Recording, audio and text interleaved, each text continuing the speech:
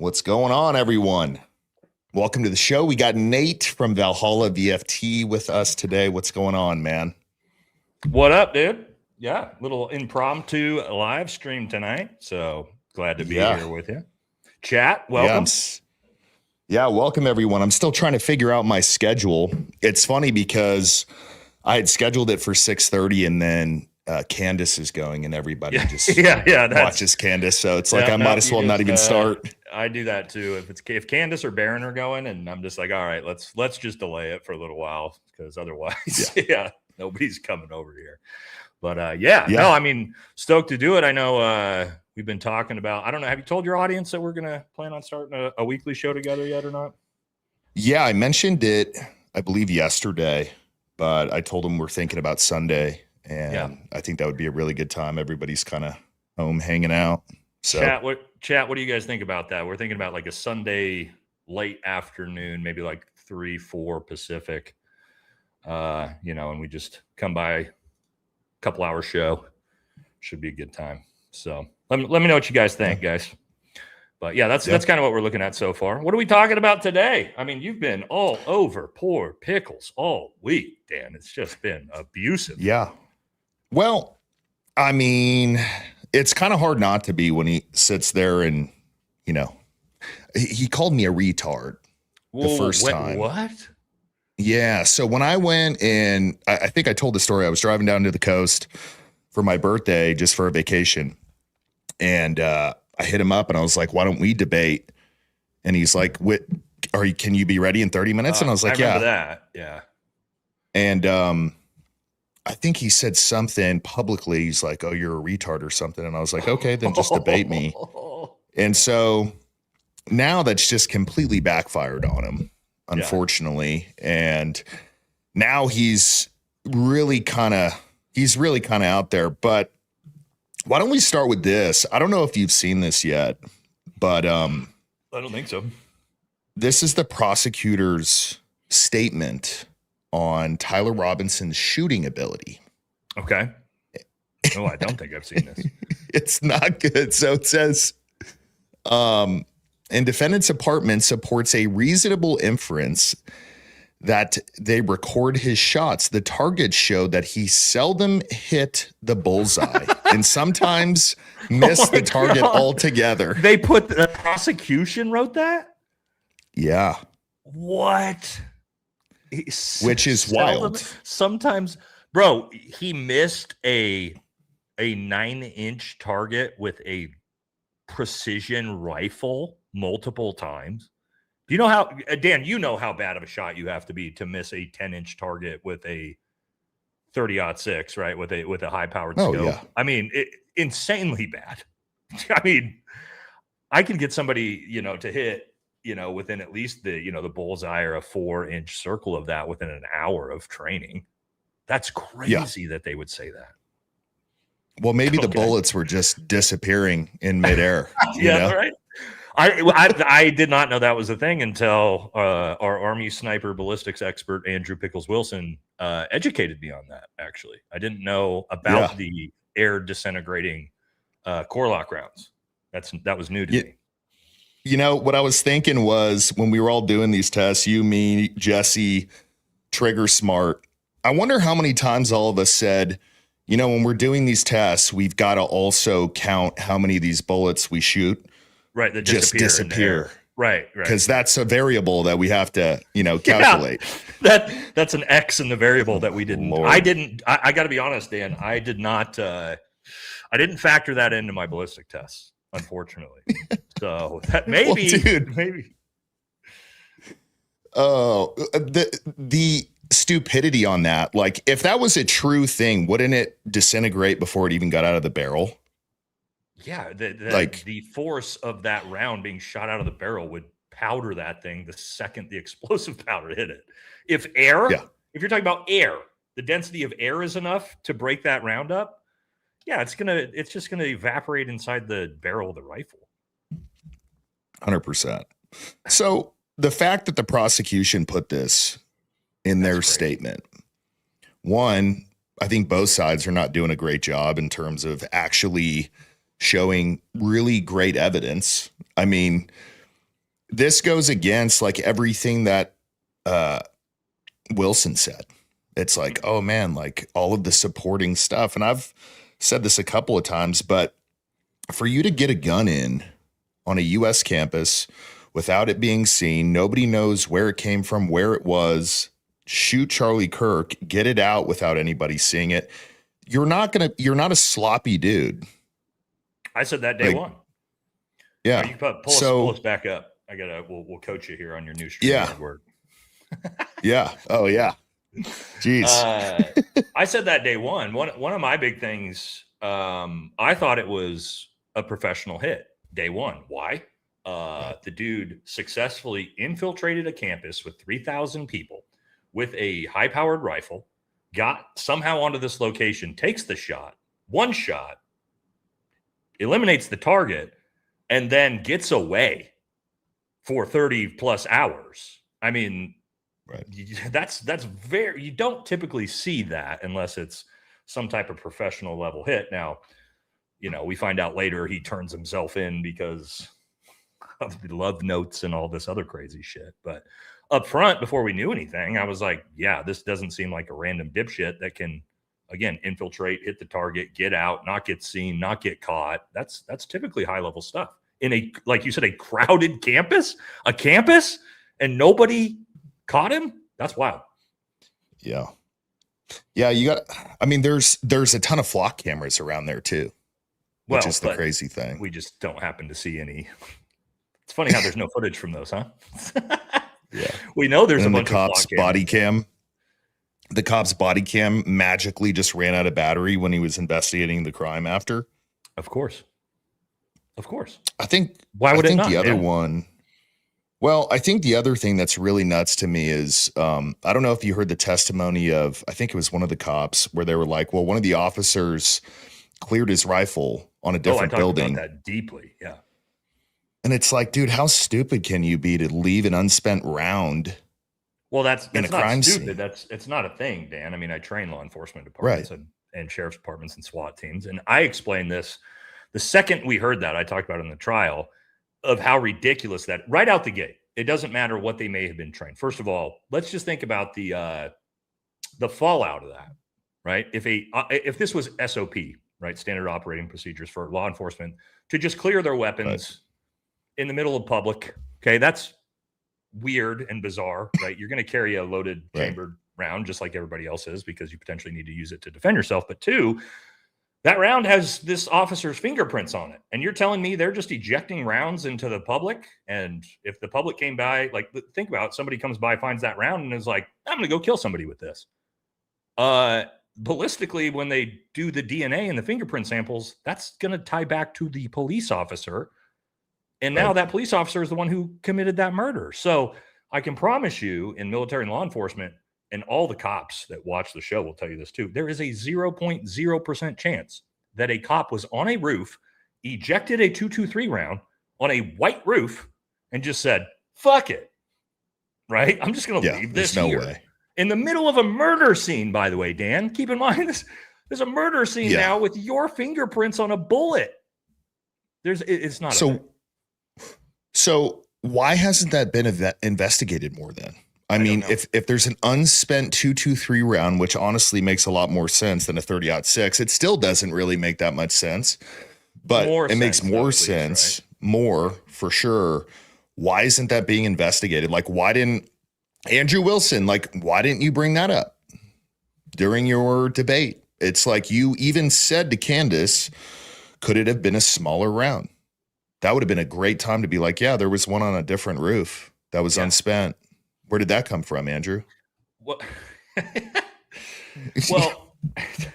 he tried to say it's magic. Like, what if it was a smaller round? It could penetrate through too. It's like, yeah, sure, of course. We're not saying it could or couldn't, right? But what I'm saying is a 223 round from potentially 150 meters or yards further back, because that's how far away that building it was found on, and still in the direct line of sight of the shot. Yeah, a 223 round from 300 yards may have a little bit higher chance of no exit wound than a 30-06 from 140 yards. Yes. So that is something we should be talking about. Yeah, so I think this is a good time to put this up. Folks, so just so everyone knows, this is Andrew Wilson, and this is the master debater, master trainer, master Army sniper at this point, or no, Nate? So he's a master gunsmith, Army sniper, and trains rifles, whatever that means. Yeah. Those were the big Master ones. Sergeant Delta Force at the Salvation Army. Yeah, the Salvation Army, right? But anyways, folks, this is some footage of this guy training some people, I think from Australia. And it's very interesting because I had to block it out because you can't show any of the stuff on lives, but I'll put the link out there at some point. But they're shooting an M1 Garand, and that rifle shoots a 30-06, the same round that Charlie Kirk was allegedly shot with. Nobody believes that except for little Gary. How's he doing, by the way? I'm not sure. Has Gary tried to defend the evaporating core lock round? He tries to defend anything in there, right? Has he? Chat, has Gary tried to defend the evaporating core lock round? I'm sure he's had to, right? Like he's had to try to defend all this. Do we know, chat? I don't watch the stuff, so I don't either. I don't know why he's taking the position, especially on a guy who has tactical in his name. It's like you have tactical in your name, bro, and you're defending Charlie being shot with a 30-06. Like, come on, dude. Come on. But anyways, this is that's important to note. He didn't at first, right? Right. He never believed it until about 2 months in. Maybe he got some $7,000 checks. But anyways, folks, I want everybody to focus on the very last thing that they say here when they pull up the rounds. So once again, they're shooting an M1 Garand. It's 30-06, and listen to what Andrew says. Oh boy. Got no sound. No sound? Mm-mm. Huh. Chat, you got sound? I don't have sound on that. Uh-oh. I think, let me see. Yeah, no sound on that one. You know what? While we're waiting, we're still Dan's learning, guys. It's a work in progress. I'm learning. Nate, why don't you Nate's just being mentioned all over the place by Candace right now. Yeah, Candace has been shout out to my girl Candace, dude. She has just been shouting me out left and right with some of my stuff. So yeah, I've got that. Oh, I can play it here. Yeah, so we put this clip up, but yeah, multiple times now. So you're not sure if he was actually shot. You're open to alternative theories. He was definitely hit with a projectile of some description. If we're talking about was he shot from a gun, a 30-06, I would say definitively no. Okay. It defies common sense to think that he had a Superman neck. And even if he did have a Superman neck, which has been demonstrated, a YouTuber actually set up Spalhalla steel cages and shot it and it went through. So a 30-06, I mean, it would decapitate you. There's no other way to say it. Even if you tried to pass the idea that there was some miracle and he had a steel neck, there's actually a YouTuber named Valhalla who was like, hey, let's actually pretend he had a steel neck. Let's take it at face value. And he shot from that distance a piece of steel and it went through. All right, we're going to stop there because we got some firearm stuff in this clip. But yeah. Oh, so she actually put you up on there. What do you mean? Did she like actually show the video on her show? No, this is a clip we made together where we've put. Okay. But again, it's got the actual. I stopped it here because I don't want us to show the actual clip. You can pull us back up, but okay. No, just a clip showing the multiple times Candace has been shouting me out, which I think is hilarious because dude, the other side that fucking hates me. Oh yeah. You know that every time they hear that, they're just. Dude, Gary's got a picture of you in his room. Oh, he has to. It's like, dude, Candace mentioned him, dude. Again, God. All right, I think I got this. Let me here, let's see. All right, I think I got sound this time. Let's see. So, folks, remember, just at the end of the video where they show the rounds, listen to what he says. It is hilarious. No sound. Still? No. Which that's pretty weird, dude. Actually, it has to. It literally just said. I don't see it down here in your presentation window though. Windows. Oh, here we go. Share it use it as a browser if you can.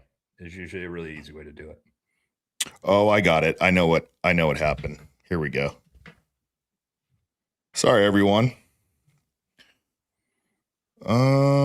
Google Chrome. What is somebody saying? Wasn't Valhalla sticking up for Erica and they sent him pictures of her kids?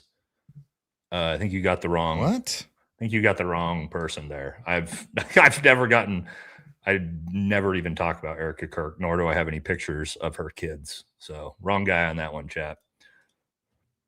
Sorry. Okay.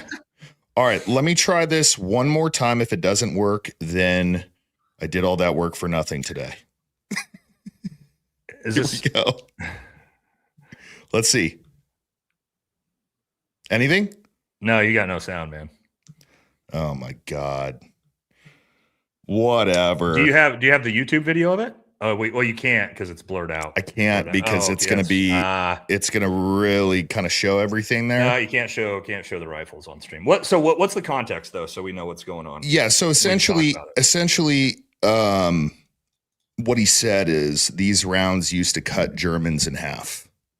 He's claiming a 30-06 round cuts Germans in half. But at the same time, he's also claiming in the Tyler Robinson case, a 30-06 round disintegrates midair. Correct. So essentially what the video was is it's him telling these guys, like the bros, hey guys, like these rounds used to cut Germans in half. And then I went straight to, but skin, it could actually break up once it hits skin. And it's like, dude, do you actually, like, the internet's forever. Right.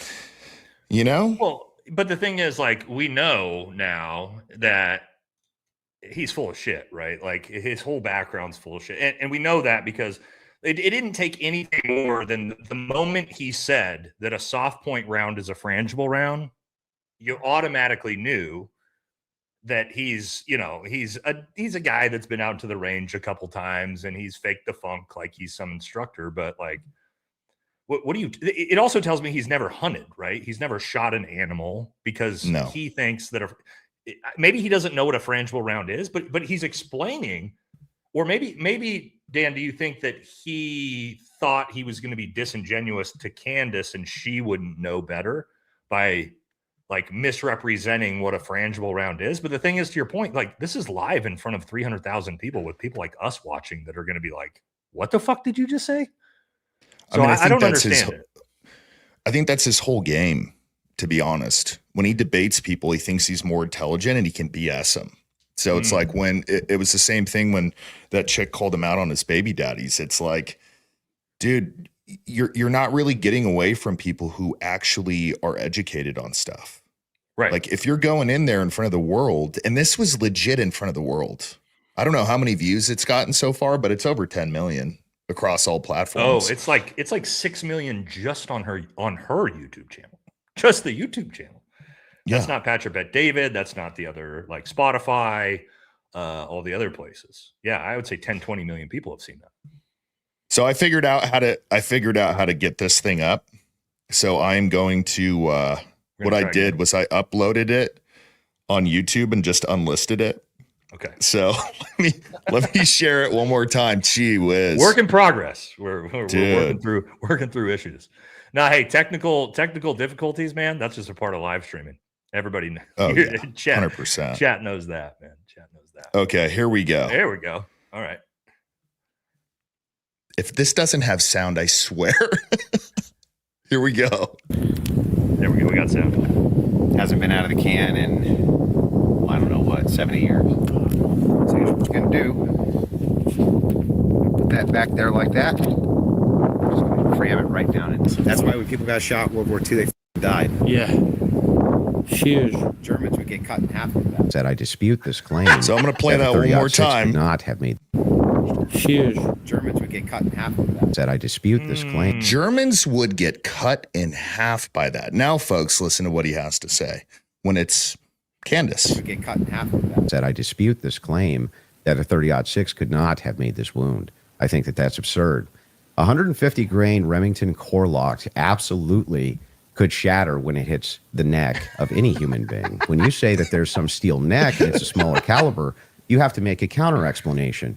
Why wouldn't a smaller caliber also go through bone? It could. I didn't say it can't. Right, exactly. So if that's the case, then ammunition is going to be the critical key here. And if we have frangible ammunition, which we do in this case, a flex tip round, well, I'm sorry, not a flex tip, a soft point round from 150 grain Remington core lock, that's just a small jacket that goes around the actual lead piece. This thing could have split apart in air for all we know, but definitely upon impact. Okay. I don't know. Wow. First of all, you know what's interesting? He says 150 grain core lock round. You know why I know Right. he watches my content and they watch my content? I'm the one who, in my recreation test, said we're going to assume it's a 150 grain core lock round because that's the one piece we didn't have from the prosecution. We didn't know what the grain weight was. And if you know anything about Right. core lock rounds, they come in a, there's multiple different grain weights, 150 all the way up through, I think maybe up even to like 220s. But my point is, nobody ever said that it was a 150 grain round other than me saying I'm testing the lowest grain weight. That the reason I did in my ballistics test, guys, is the 150 grain is let me try the lowest common weight grain, right? Because that's the least powerful rounds Right. that we could show with the core lock, because I'm not going to use the most powerful, and then that's not a way you want to do a scientific study. So they were watching my content. The reason why he said 150 grain is because he watched my video on it. But so it's like, dude, you don't know anything about the case, because if you did, you would have said, we don't know the grain weight, Nothing. but we're going to assume some type of thing. But he didn't know that, right? But then he goes on to say again, it's a frangible round, a soft point round, and I keep showing people this. I showed people this during the trial. If you want to pull this up, I mean, I've got the box right here. I've got fucking dozens of these in my safe because this is what we hunt with, right? And this is literally what he's talking about. And Dude, I keep this showing is people so this. funny. This is the description on the fucking box, right, of the ammunition, the exact ammunition, right? Remington 30-06 core locked rounds, and it says. But I just love, I love what it says here too, right? It's like shot with confidence, round after round, generation after generation. It is the. Can you repeat that? Shot with confidence, Right. not But it may disappear when you shoot it. It says ammunition loaded with the legendary core lock bullets has dropped more big game, which is true, than any other type of bullet. Moose, elk, big game. And it says deep penetration. If you don't know what that word penetration means that means going through something. Deep means far, right? Like penetrating really far through, and controlled expansion up 2 times the diameter, which means it's going to create an even bigger wound cavity, which if you were to hit a human neck, what would you expect, Dan? Oh, a massive wound cavity, right? And it says, this is the big one. High weight retention, won't break up or separate on impact. For more effect. It literally says... Dude, it says it won't break up. Won't break up on impact of the animal. And this guy is out here claiming it's gonna break up in air. It's on. That's the description on the box. It's like, come on, dude.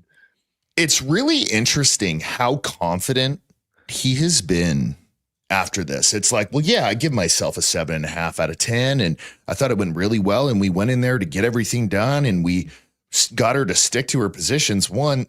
We didn't learn anything new. We learned that you're a dumbass. And you don't know anything about ballistics or the case. We learned that. But I feel like there's a very big level of false confidence, and it's almost like you're fine just being humiliated.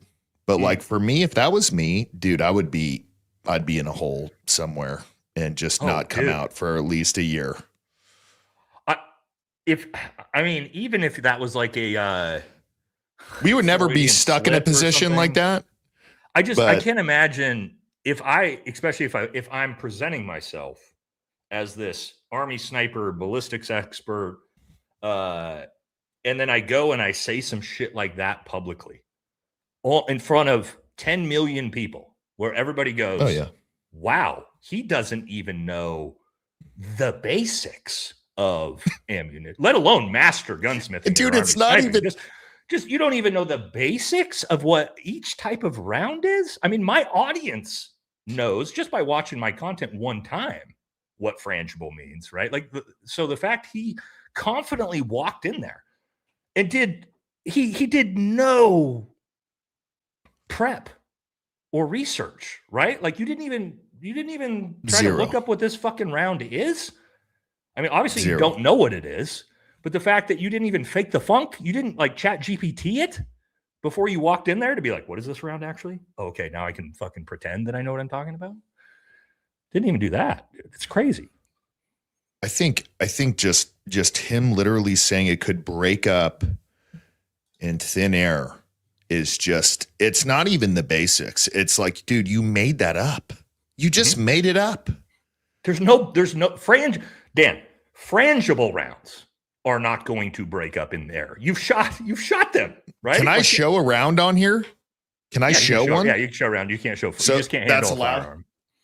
Yeah. Okay, so I've got them. I've got the frangibles. Let's see. Yeah. Gosh dang it. So Yeah, it's gonna folks, be- this it's gonna is be hard. what, Oh, there you go. You got it. that's what a Yeah. frangible round looks like. You can literally, Jesse bought all these and they're from 1940 and all the tips are pretty much broken off. But the entire thing is literally just a bunch of grains smacked together. And as soon as it hits something, but on our testing, it was really not like that because it's still going so fast. But my point is, even if you're talking a frangible round, Dan, did your frangible round just disintegrate into air when you shot it? No, that wasn't even it. No. I've thought about a lot of stuff before taking shots before. Never, ever have I been Nobody's like, ever heard that. I wonder if this round's even going to get to the target. Yeah. I don't know. Might break up into midair. While we're talking about stupid stuff, I just want to put this up just because Andrew is in the camp that Charlie's legacy is being fulfilled by Erica Kirk running TPUSA at this point. And this is the most incoherent mess I have heard in a long time. Not as bad as Andrew during the Candace debate, but let's just have a listen to just tell me if this makes sense to anybody. God uses everything, and you surrender that, and you don't shrink back from that, and you just know that what He started and what He has built has been entrusted to each and every one of us, and also to you, and that mission and legacy lives on, and we will not ever let it die. I don't care what internet bot or troll says that, it won't, because it has nothing to do with us. It has everything to do with God, and the heavens is roaring, and we will make sure that we reclaim every piece of territory that the enemy has taken. What? So she literally said that Is this the Crusades? TPUSA is about us in the beginning, and it's about us, continuing it. And then at the end, she says, it's not about us. So I'm just trying to figure out, are we just up there rambling, or is this something that you actually care about, or, what are we doing? I also think it's, dude, I don't know. Again, I don't know. That was just a word salad, right? Like, it almost feels like let's throw a bunch of biblical terms together, like some slop, and then people will just eat whatever up. But she also, I think, is important that she said there is the bots and the trolls aren't going to get her. I don't think that's where the criticism is coming from for TPUSA and Erica Kirk. And I looked at this the other day, Dan. If you want to pull up my screen here, I went to Erica's Instagram page, and I just wanted to look and see, hey, you never know online. Like, is our side niche? Is it actually whatever? it doesn't matter what post you go to. Uh-huh. Everything she posts immediately, right? Here's a top comment. Nothing says morning quite like sequence fireworks and merch sales, right? Like Boy, that's dude. one. I can pull up this one here, right? And then let's see what we got. A female CEO decrying feminism is comedy gold. I know damn well there was no open mic questions that weren't pre-approved questions. Like every single, not 100% of anything she posts is just absolutely dogging her. There's nothing positive on her page. There's nothing positive on TPUS's page. There's nobody watching their content. You're good. I don't need to show anymore. And guys, you can go look for yourself. It's every single post she posts. So to me, and Dan, you should know, if when you have an organic audience like we do, when I post something, I'll get some people that are upset here and there, but like predominantly you're going to get people that are agreeing with you because we're ideologically aligned. But if 100% of your comment section is dogging you, that tells me it's not bots and trolls. It's that people don't like you, right? And they don't agree with what you're putting out. And so I at this point, I'm confused at what the point is. What is the point of them continuing to put content out on Charlie Kirk's YouTube channel with fucking scumbags like Andrew Colvette and Blake Neff sitting there doing 3,000 views a video, destroying his channel and his legacy? What is their intent at this point? Because they're not making money, they're losing membership. Is it because they're getting so much donations from who knows where, right? Like what I mean is non-individual donations from foreign lobbies, corporations, the government, right? We know that's obviously big funding. So maybe that's why they keep putting this out, because it's just, talk points, but it's not. They don't have any organic audience anymore.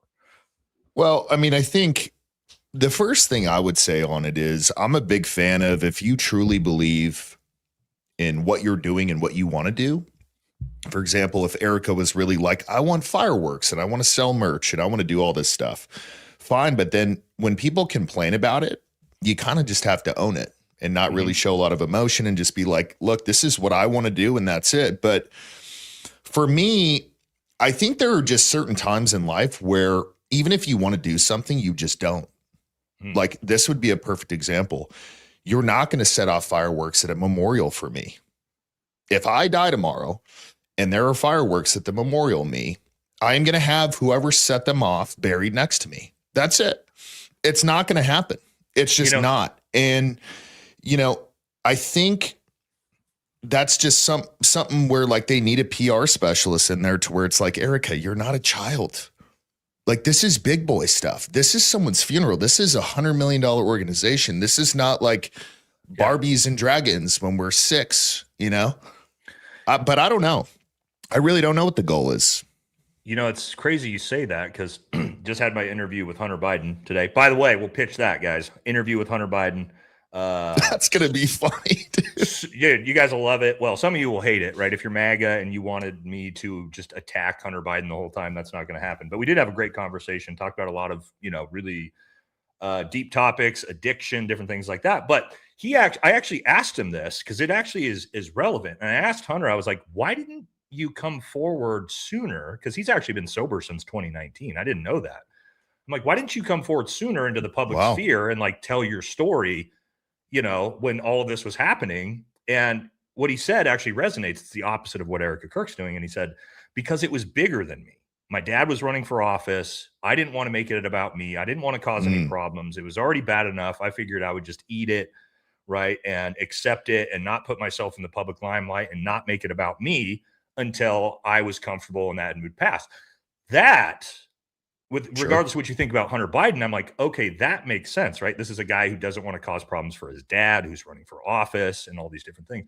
What we see here with this, to your point with Erica, is the exact opposite, to where it's like, let's shove the grieving widow who's got no business background, like no MBA, no finance degrees, no nothing, and let's shove her into the position of CEO of $1 billion nonprofit.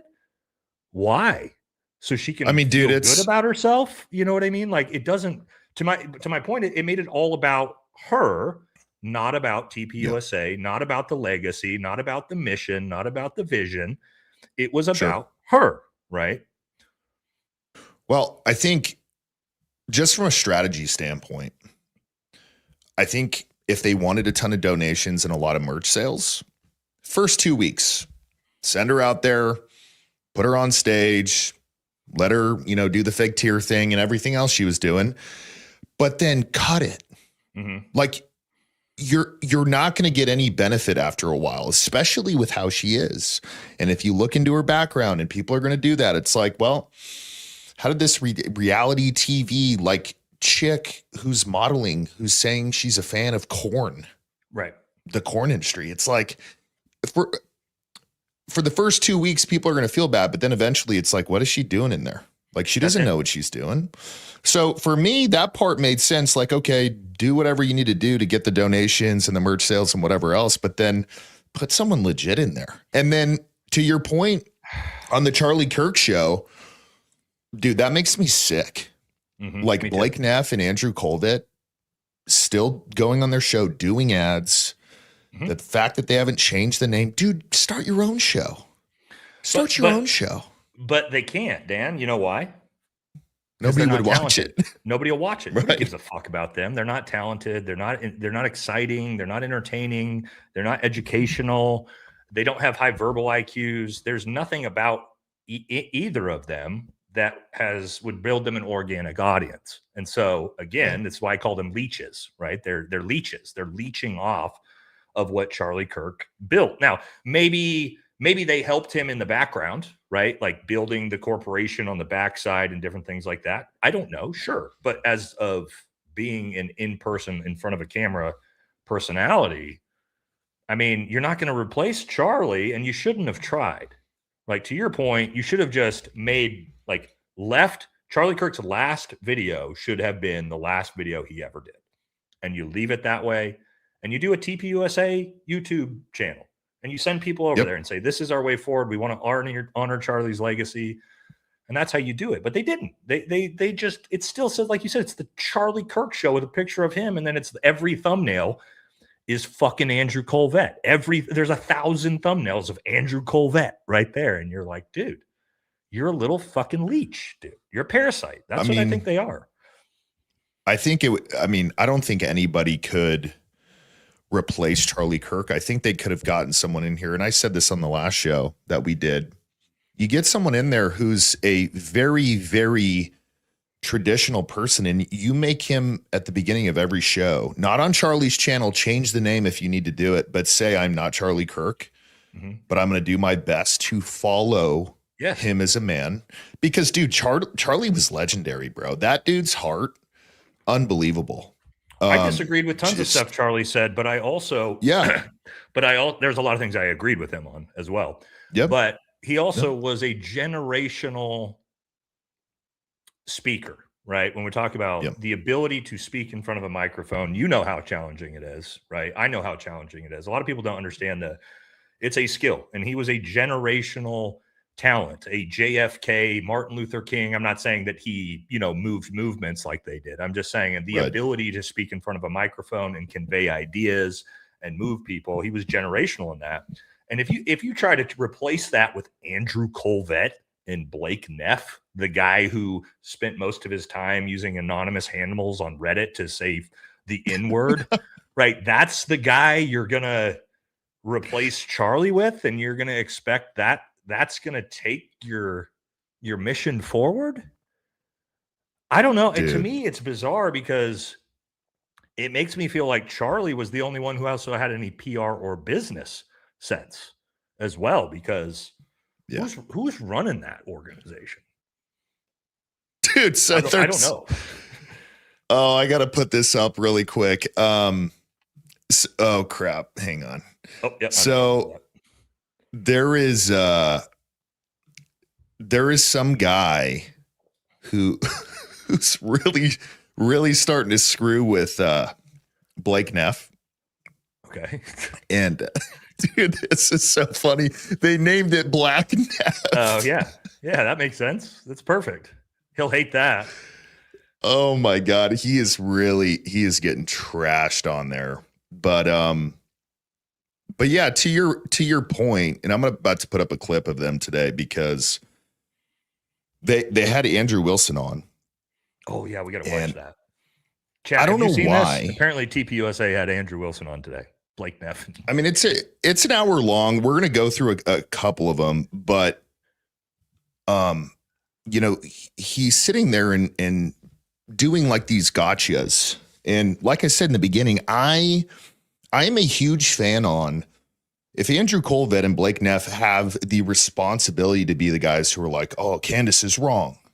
Like, she's wrong, we're right, all this stuff. At a certain point, you have to start ignoring it. Mhm. That's what I would tell Andrew Colvett and Blake Neff. Start ignoring it. You are not going to win. You are not going to win.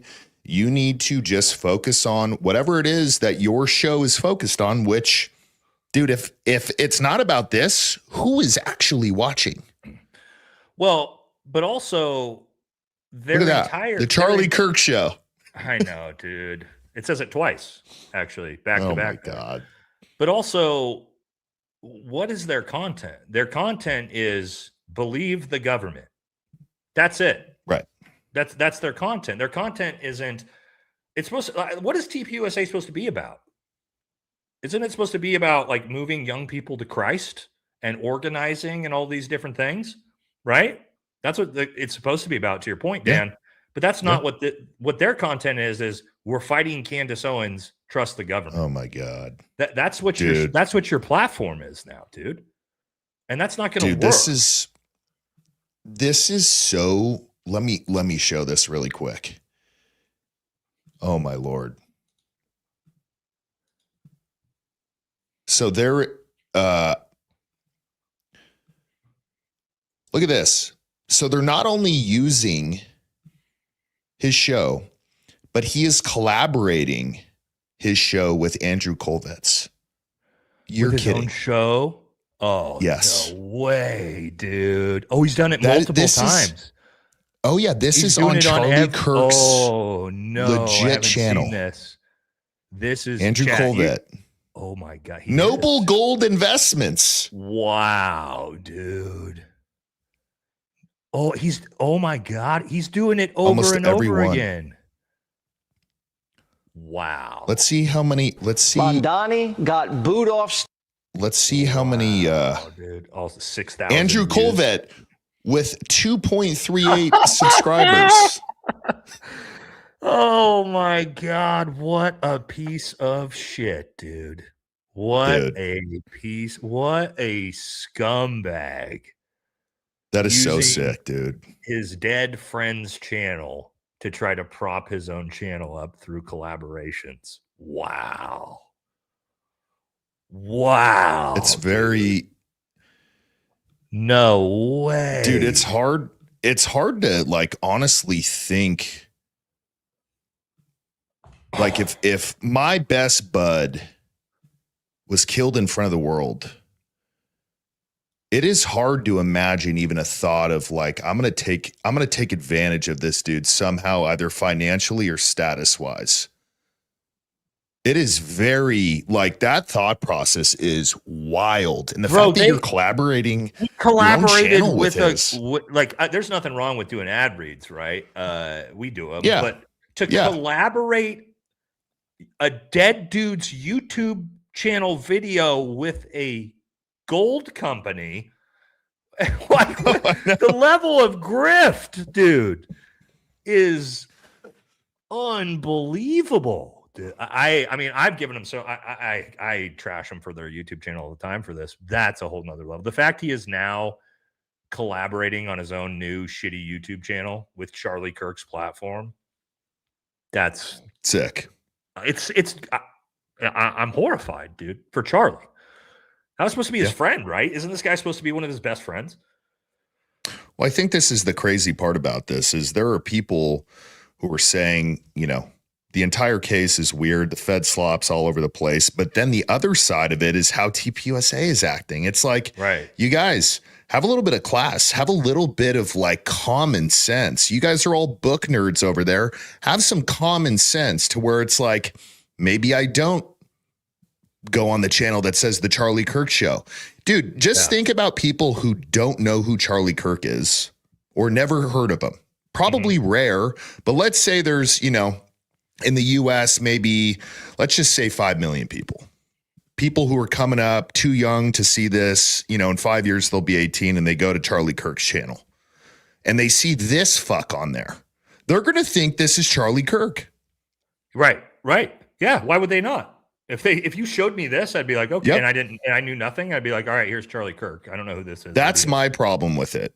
Yeah. My The problem Charlie is that Kirk show. Charlie Yes. Kirk with this fucking guy sitting in the host's seat with his name, with his face on the thumbnail dude, on every video.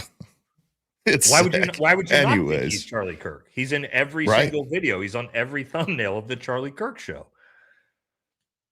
Even the email is freedom at charliekirk.com. But anyway, so they did this video with Andrew Wilson today, and they thought they had this gotcha because Andrew is just ratting out Candace on something they talked about, but I'll just let it play through. But this is just stupid.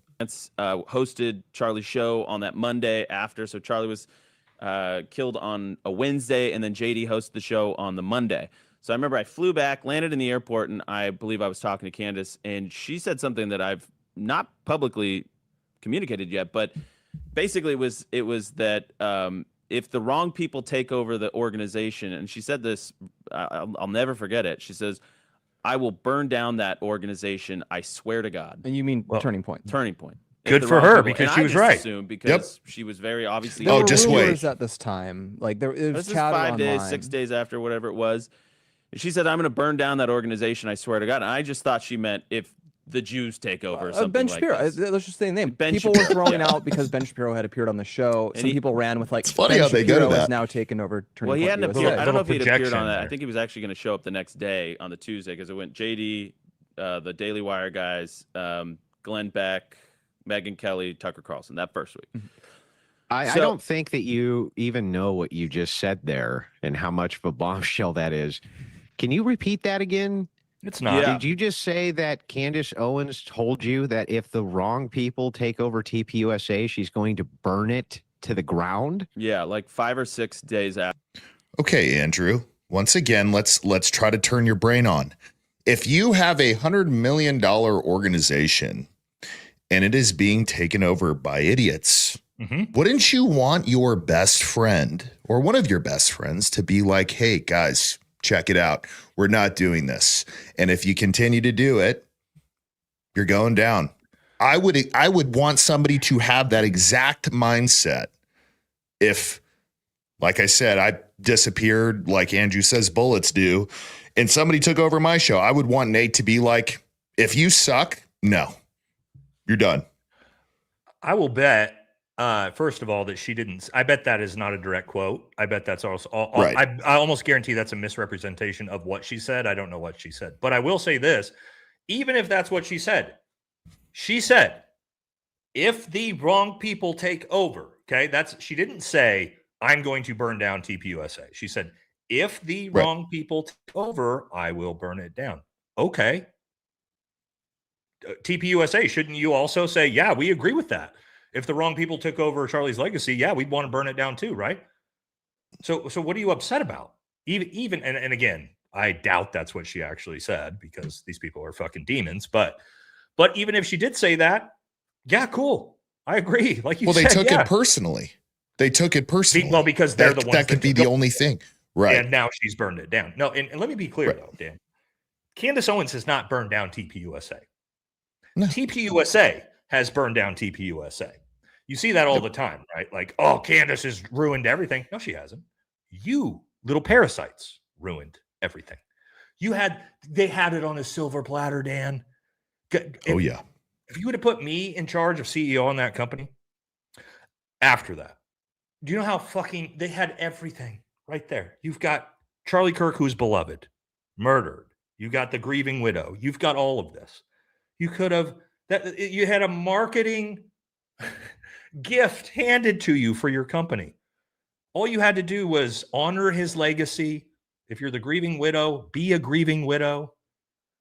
They had everything. Everyone wanted to support them. They act like, oh, everyone's out to get us. Nobody was out to fucking get you until months later when people started going, this is weird. Why is Mikey McCoy just fucking turning around, walking away? Why is Terrell Farnsworth ripping down shit? Why is Mikey McCoy's dad lying and saying that Mikey McCoy is the hero of the day, right? Like, why is there no blood on any of the security's hand? Like, we can go through 1,000 different things, right? Why did Andrew Colvett lie about the Superman neck, right? Why did you lie about the fact that Charlie Kirk did say that about Israel? You lied about all that stuff. Yes, that's why people started going, actually, no, TPUSA, there's something wrong here. So they're victims, right? It's like, oh, poor us. You did it to yourself. Candace didn't even say a negative word about Erica for like 4 or 5 months. What are we talking about? Well, I mean, I think you're 100% right, but I think this is probably pretty simple. I think the donors that Charlie Kirk was mad at, I think that relationship was reignited, and I think they 100% are taking that money now. 100%. Of course they are. Because they ain't getting it from private donations. They're not getting it from social media. They're not getting it from the YouTube channel. So how are they running the organization now? It's through private donations of some sort. And the problem is that with a nonprofit, it's very hard to audit and track that. Especially, I think they got a lot of money. Yeah, they got a lot of money for sure from all the donations after Charlie died. But to your point, they could have got someone really solid as a spokesperson, somebody who already has a huge audience, not a Ben Shapiro, not a Matt Walsh, somebody who is pretty moderate, but is going to fulfill the religious side of their organization. Ultimately, it's totally gone. And I mean, they just had some tranny on the other day. Did you see that? No, I didn't see that. Oh, well, but they also just had, I don't know about that, but they had the NBA player that's pretending to be one to join the NBA. Oh, it's like, was that it? Probably. But the point with that is like, that's culture slop, dude. Right.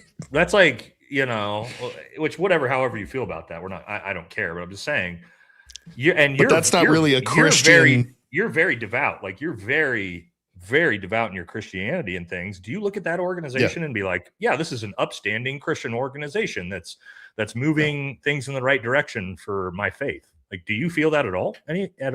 No, when you look at them? Because for me, your politics don't change your faith. Right. So, but your faith can change your politics.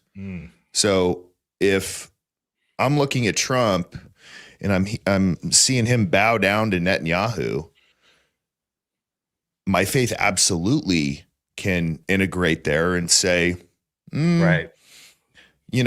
There is a certain group of people who, read a book that says my God is burning in hell and shit. Right.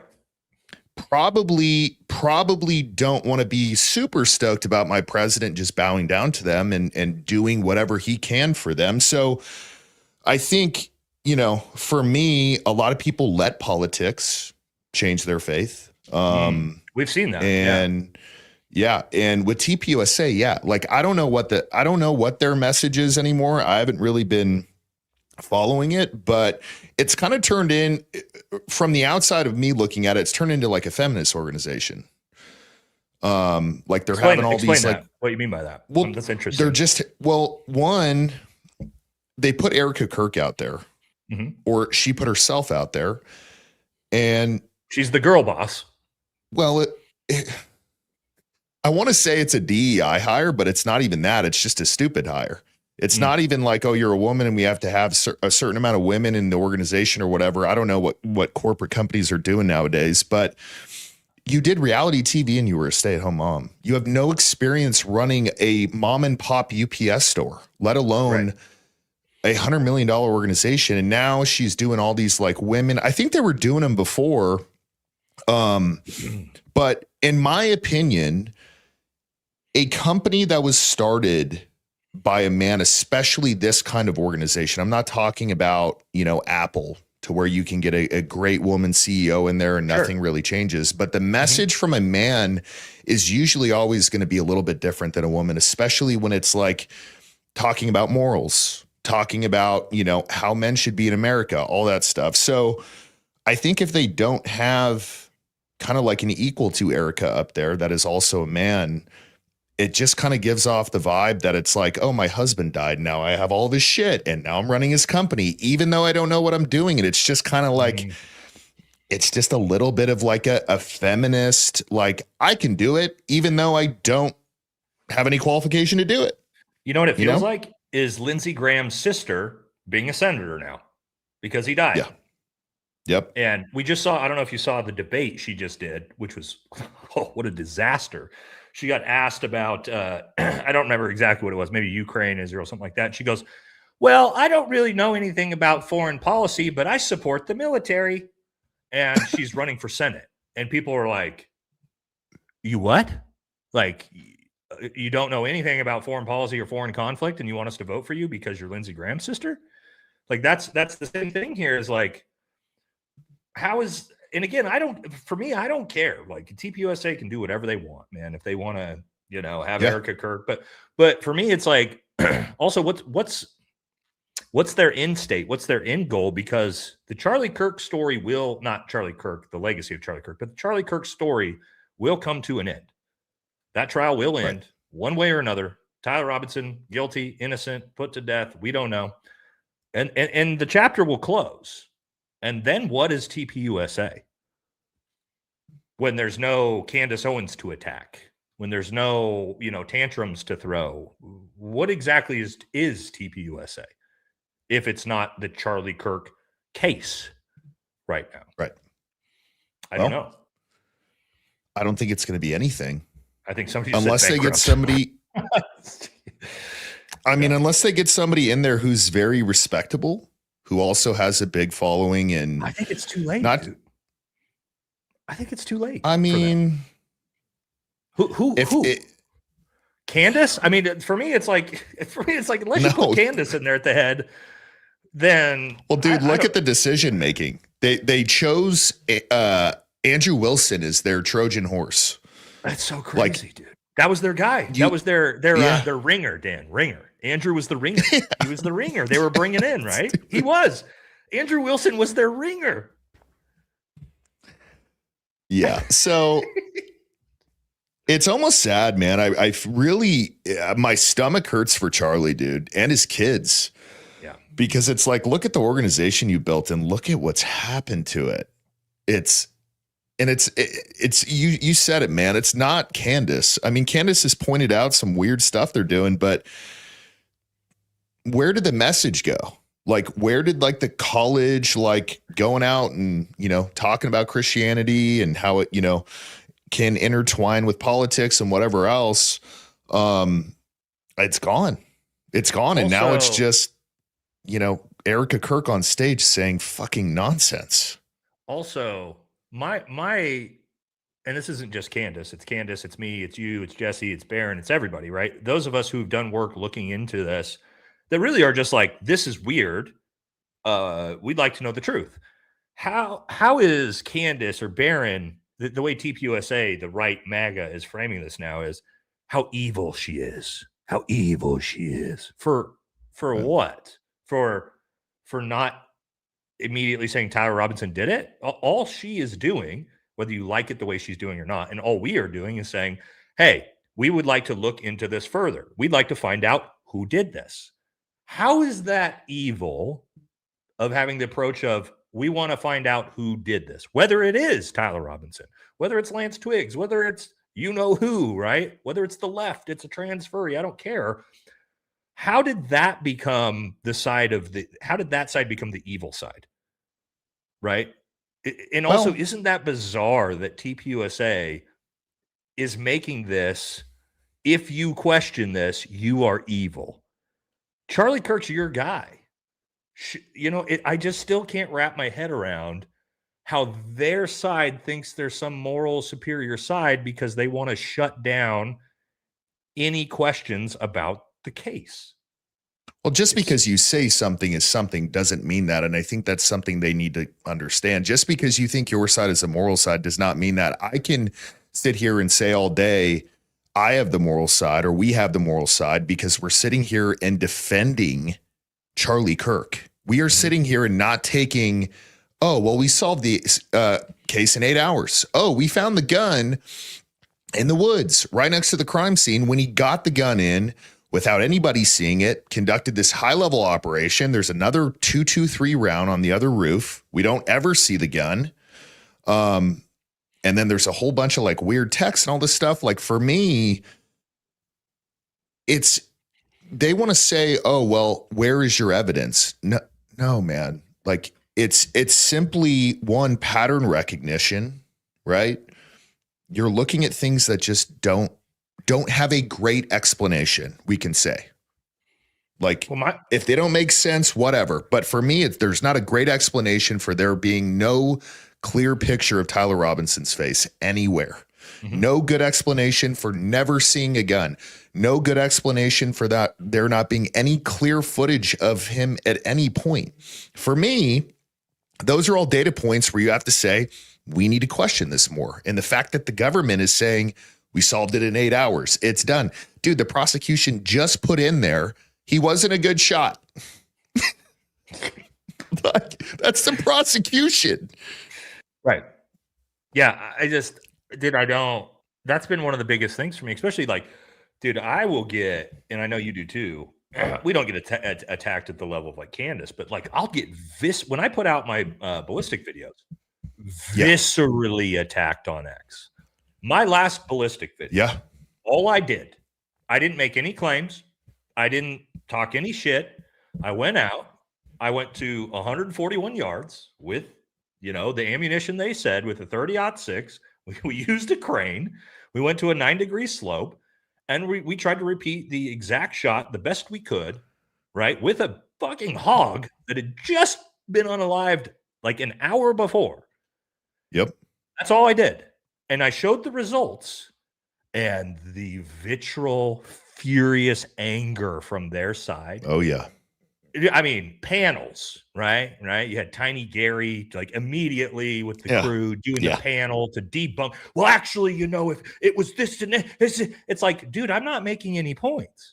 I'm just doing a scientific study and showing it, and you are crashing out in furious anger at the fact I had the audacity to do a scientific study. That is bizarre, my friend. It's just a very, and by the way, Jesse and I had the same thing when we did our first test. Actually, both of them, I had guys being like, oh, the angle's wrong. It's like, dude, I'm on a hill and shooting down. Like I have big ass hills on my property. The angle is close enough. Right. And we're also shooting, like, dude, it went straight through 1/4 inch AR 500 steel. What are you talking about? I didn't have inch steel, but yeah. Yeah. So, for me, people just like, can you have the perspective of what if you were Charlie's friend? Wouldn't you want to sit here and question everything? Like, do you want your people to be like, oh, all of this doesn't make sense, but let's just leave it alone? No. And also, dude, like if my wife was like, oh, I forgive him, and publicly, well, let's just forget about it, guys, I would be like, the fuck are you doing? What are you doing? No. I told Brittany that. I was like, I swear to God, if I get publicly executed and you say some shit like that the next day, my boys are going to F you up, Brittany. You know what I mean? I'm just kidding, guys. Sorry, Brittany. I'm going to make you cry. Yeah, but like, no way, dude. But to my point with this, she would never do that though, dude. No, there's no way. Obviously not. No normal widow would ever do that. But to my point with this also, there's a lot of theories I don't believe in at all. Right. And when I saw those theories presented by other people, did I crash out and do furious videos and get panels and attack these people and say you got no credibility and try to attack their resume and debunk? It's like, no, because I don't care, because I like the idea of people looking at every option. Right. And I'm like, okay, well, this doesn't really make sense to me, but just the vitriol anger of anyone who doesn't agree with exactly what the government is telling you. That to me is so telling about like you are not good faith actors. I know you're not good faith actors because of that.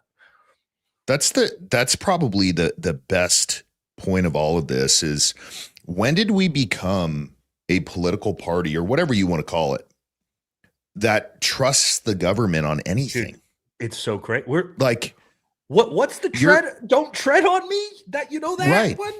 Our whole but now thing it's like as conservatives, Dan, was we don't trust the government. Yeah. You know, that was our thing. And now it's like Cash Patel's in there, man. He's got some stuff up his nose, so he must know what he's doing. So we got to trust him now. It's like, guys, have a little bit of like independent thinking, to where it's not like, oh, well, I voted for Trump and I have to just agree with everything that he does, and the FBI is a part of his administration, so they must know what's going on with Charlie Kirk. No. I'm never going to be the guy who's like, the government said so, shut up. Nope.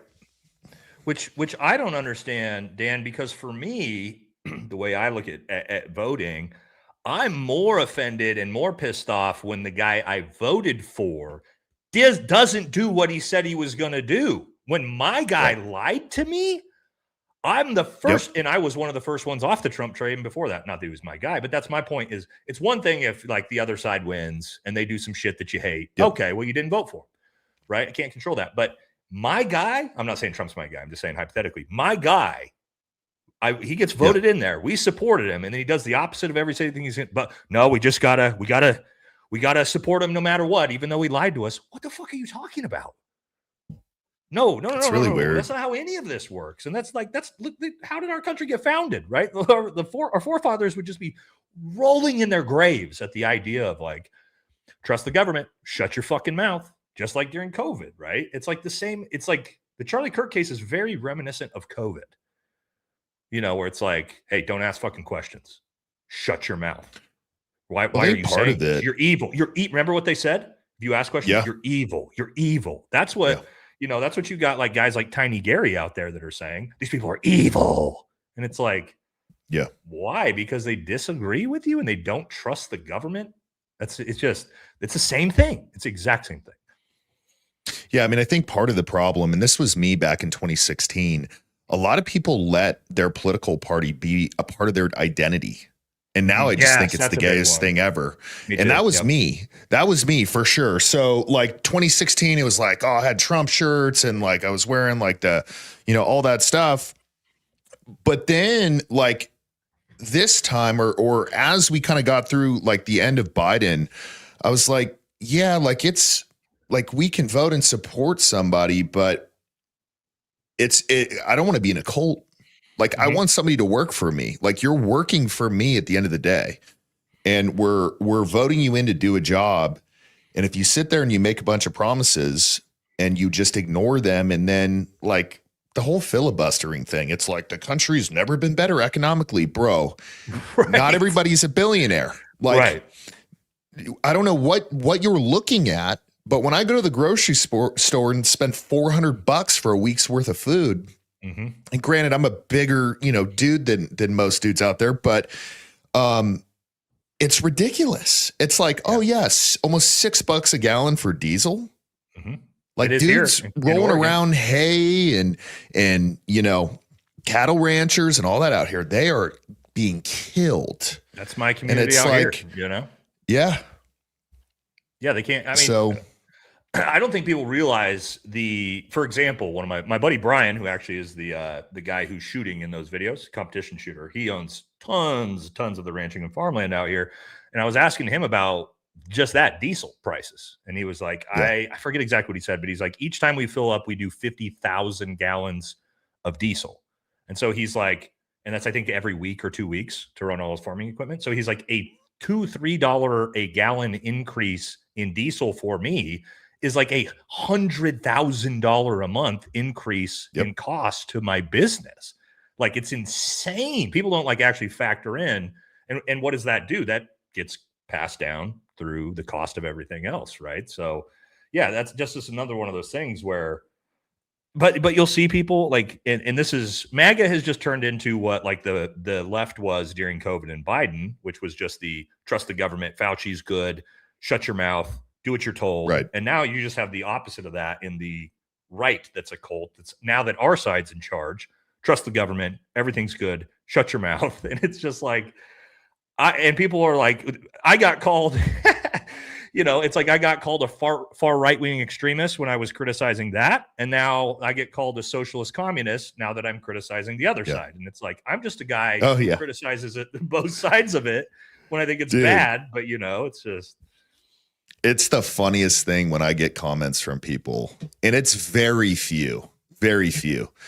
But when I get comments of people who are like, oh, Dan turned into a liberal, it's like, of course, bro, you have no idea. Yeah, because you're critical of what? MAGA and Trump. So now you're a socialist. I mean, I get it all the time too. And it's like, no, maybe you just want accountability for a fucked up the guy who's doing a fucked up job, I've said it. I'm not a part of any party. I am Christian and America first. I care about what's going on in this country. I care about the people we put into office. They actually do what they're going to say, or at least give it their best effort and not switch it up. And if you don't, I'm not going to be sitting there like, oh, let me put my MAGA hat on and support you no matter what. Dude, no, that is so weird. Can you imagine a CEO going into a company and saying, oh, I can, triple your profits and everything. And then he does the complete opposite. And the owners be like, dude, we love you. Yeah. You're going to stay here forever and let me give you a pay raise. Like, you lost all our fucking money, but you're doing a great job. Let's stay the course. Like it doesn't work anywhere else in society. It's really weird. I mean, do a sports team, right? Like a new coach comes in and you go 0-15 and you're like, well, we voted him in here. So good job. You get him the fuck out of there. You fire him, right? That's how it is everywhere. It's really weird because obviously Trump's health is declining. Like, what kind of legacy do you want to leave? Like, you have a chance to go up against the world right now. You can do it. Like, he has the personality 100% to do it. What do you want to leave, bro? Like, so, okay, let's go to the worst case scenario. They kill him. At least he is a guy who was like, you know what? I am really going to look after the blue collar dude who thought he was making good money a year ago and now can't even go paycheck to paycheck. He's having to go, get cash from Speedy Loan and everywhere else because diesel's too high, groceries are too high. He just had another kid. Like, what kind of legacy do you want to leave? Is it just, oh, I was a billionaire? Who cares, bro? Nobody cares about that. No one cares. Maybe he does. Maybe I was going to say maybe it's to make sure his family's taken care of, but the family's worth $6 billion. Like, what fucking more money do you need? Right. To your point. I don't know.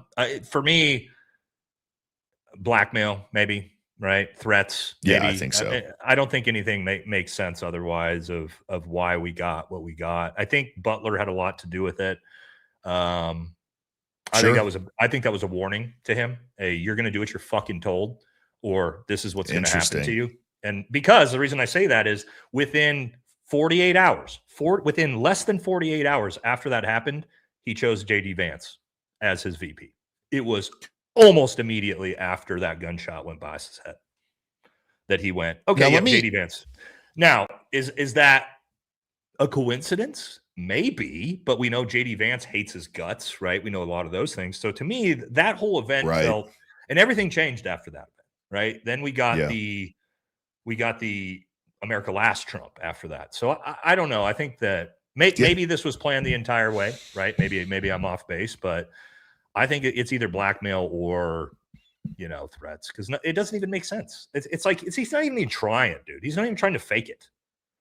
You know what I mean? When it comes to doing something America first, it's all just in your face, grift, fraud, everything for Israel. It's just at this point, I don't know. Well, I think that when he was completely gone for me, I don't know when this was. I mean, he's been gone for me for a while, but his polls were doing like crappy here. And he went on and he said, well, my polls are really doing great in the country that Netanyahu runs. I don't say the word here, folks. And he's like, well, maybe I'll go, when I'm done here, I'll go run over there. And it's like, bro, you were the president of the United States and you were saying that just because you're not doing good in the polls here, you're going to go to another country and run that one? Fuck you. Fuck you. That is so sick, man. Get out of your own way. Get out of your own way and do your job.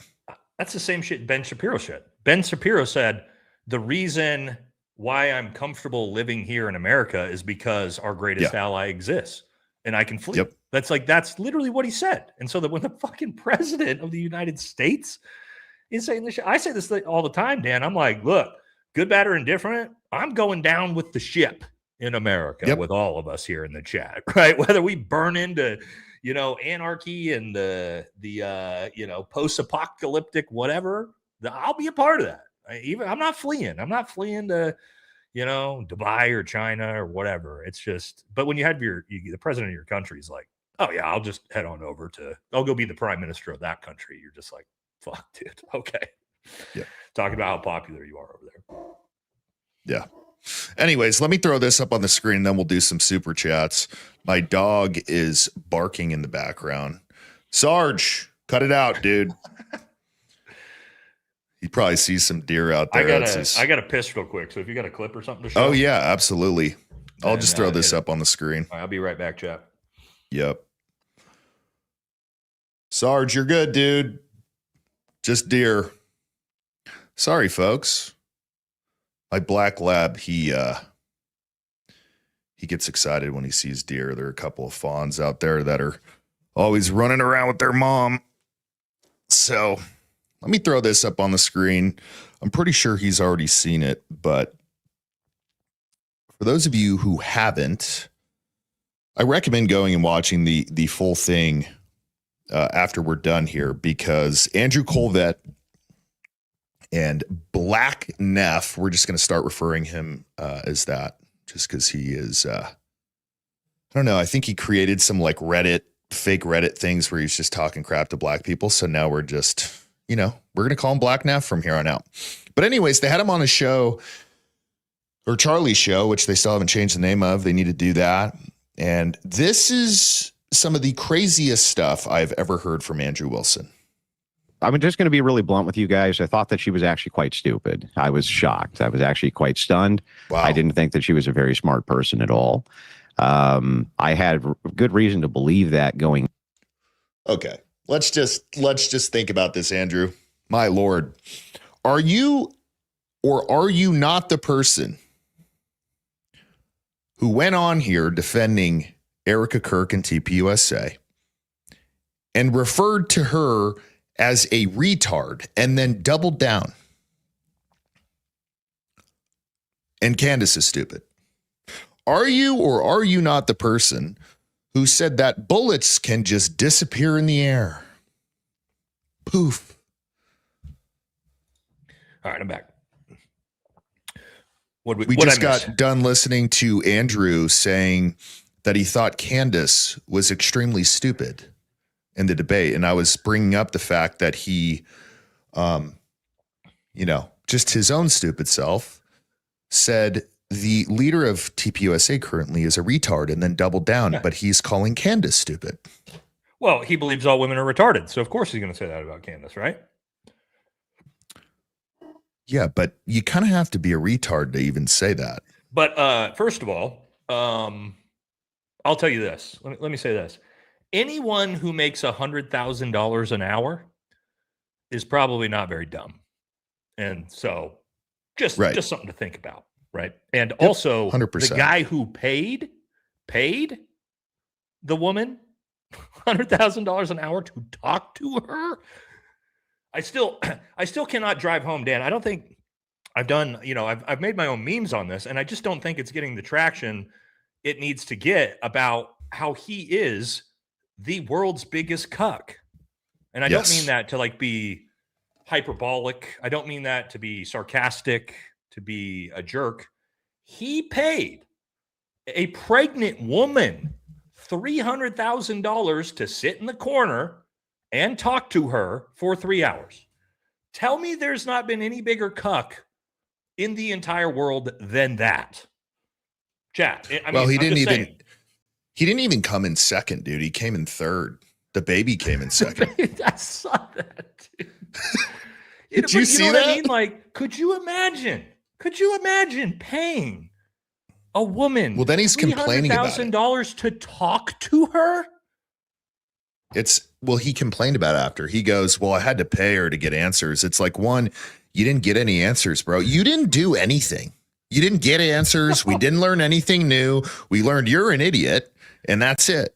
Like, we didn't learn anything new. And I said this before the debate happened. I said, they're both going to stick to their points. Mm-hmm. They're both not, like, Candace is going to run them in circles, and everybody's going to go watch it and have the same exact view as before. The problem for Andrew is Candace has way more people than you, buddy. So you're not winning.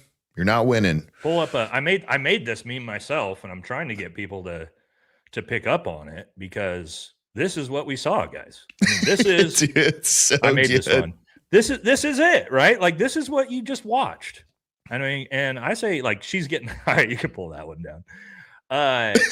Dude, I say she's you know, I also see people now are like, Candace, how could Candace accept the money? She's evil. She took $300,000. You're telling me ain't a swinging dick out there that wouldn't take $300,000 to debate somebody for 3 hours? Please. There's not a single person out there who wouldn't have taken that money. I'll take that money right now. Anybody. I don't care who you are. Think I will about it. put It's kind both of a my poor... kids through fucking college with your dumbass 3-hour interview. You know what I mean? Well, people are kind of insulting Andrew's intelligence, if you can do that even further at this point, by saying that, because he's a full-grown man. He can spend his money how he wants. True. If he wants to give a random woman $300,000 to have a conversation and be looked at like an idiot and just have a chair in the corner of the room, dude, fantastic, brother. I mean, I would rather go buy an Escalade or a condo, or, you know, throw it into some kind of investment. But dude, hey, bro, you're right. Whatever. Yeah. Do your thing, bro. Dude, I can't, dude. I know it's funny to talk about, but I keep thinking about it, Dan. I keep thinking about the fact that this grown ass man with a family paid another much money. Another woman $300,000 fucking dollars to talk to her, and you can try to say it's an investment in the future. It's not.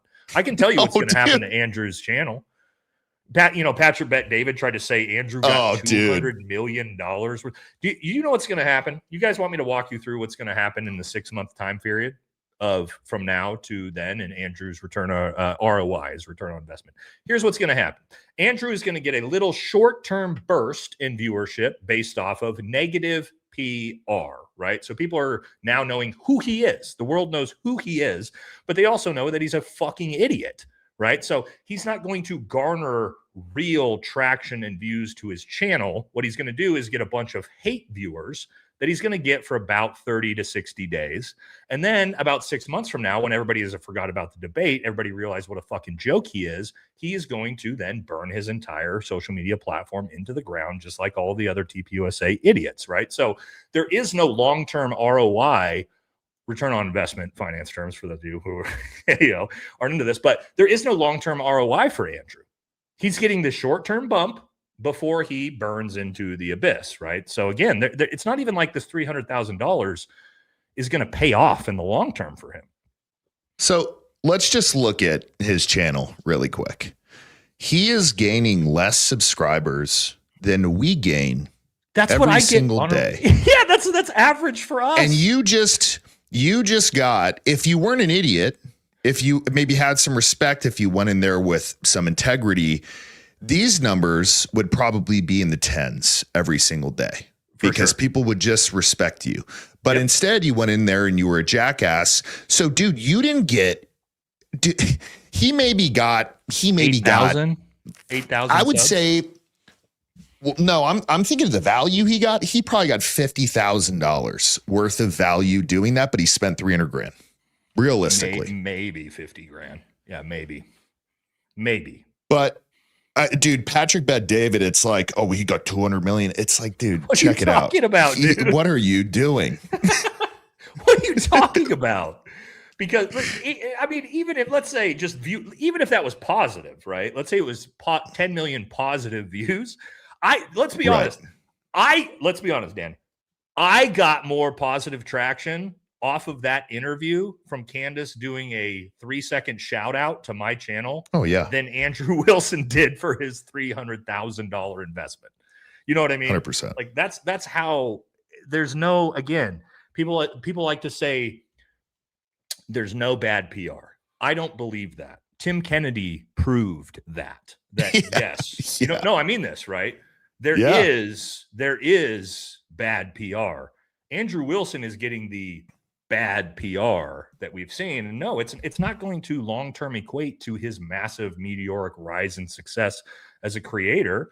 He's going to burn it. I promise you 6 months from now, people are going to, nobody in 6 months, once Candace stops talking about him and all of us stop talking about him, dude, nobody, he's going to go back to debating OnlyFans chicks and, debating these random people. But he'll have even less respect. I know. It's like he said it's the best investment. He's gone online. Well, he's coping, right? He's coping. This is the best investment I ever made. All right, let's watch this, and then we'll get to some super chats. Is this the Roach Lord? The Roach Lord, dude. Gross. Did you see that? Are we going to talk about that? Yeah. I was going to do a video on it. We can. All right, we can. Okay. We can for sure. The Roach Lord. Sorry, Chad, if you don't know what I'm talking about. The right wing can never, ever forgive Candace Owens or Tucker Carlson for. They can never forgive them for what I'm about to say. Oh, God. Whatever you think about what happened on September 10th, whoever you think did it, it doesn't matter on some level. Whether he was shot or blown up, who pulled the trigger, or who was in Tyler Robinson's ear that made him pull the trigger, all of that exists independently from one very inconvenient fact, well documented thoroughly, which is that Charlie Kirk died that day, publicly, gruesomely. It was horrific. And people that didn't even like him cried that day, but not everybody. There were hundreds, thousands, maybe hundreds of thousands of left-wingers.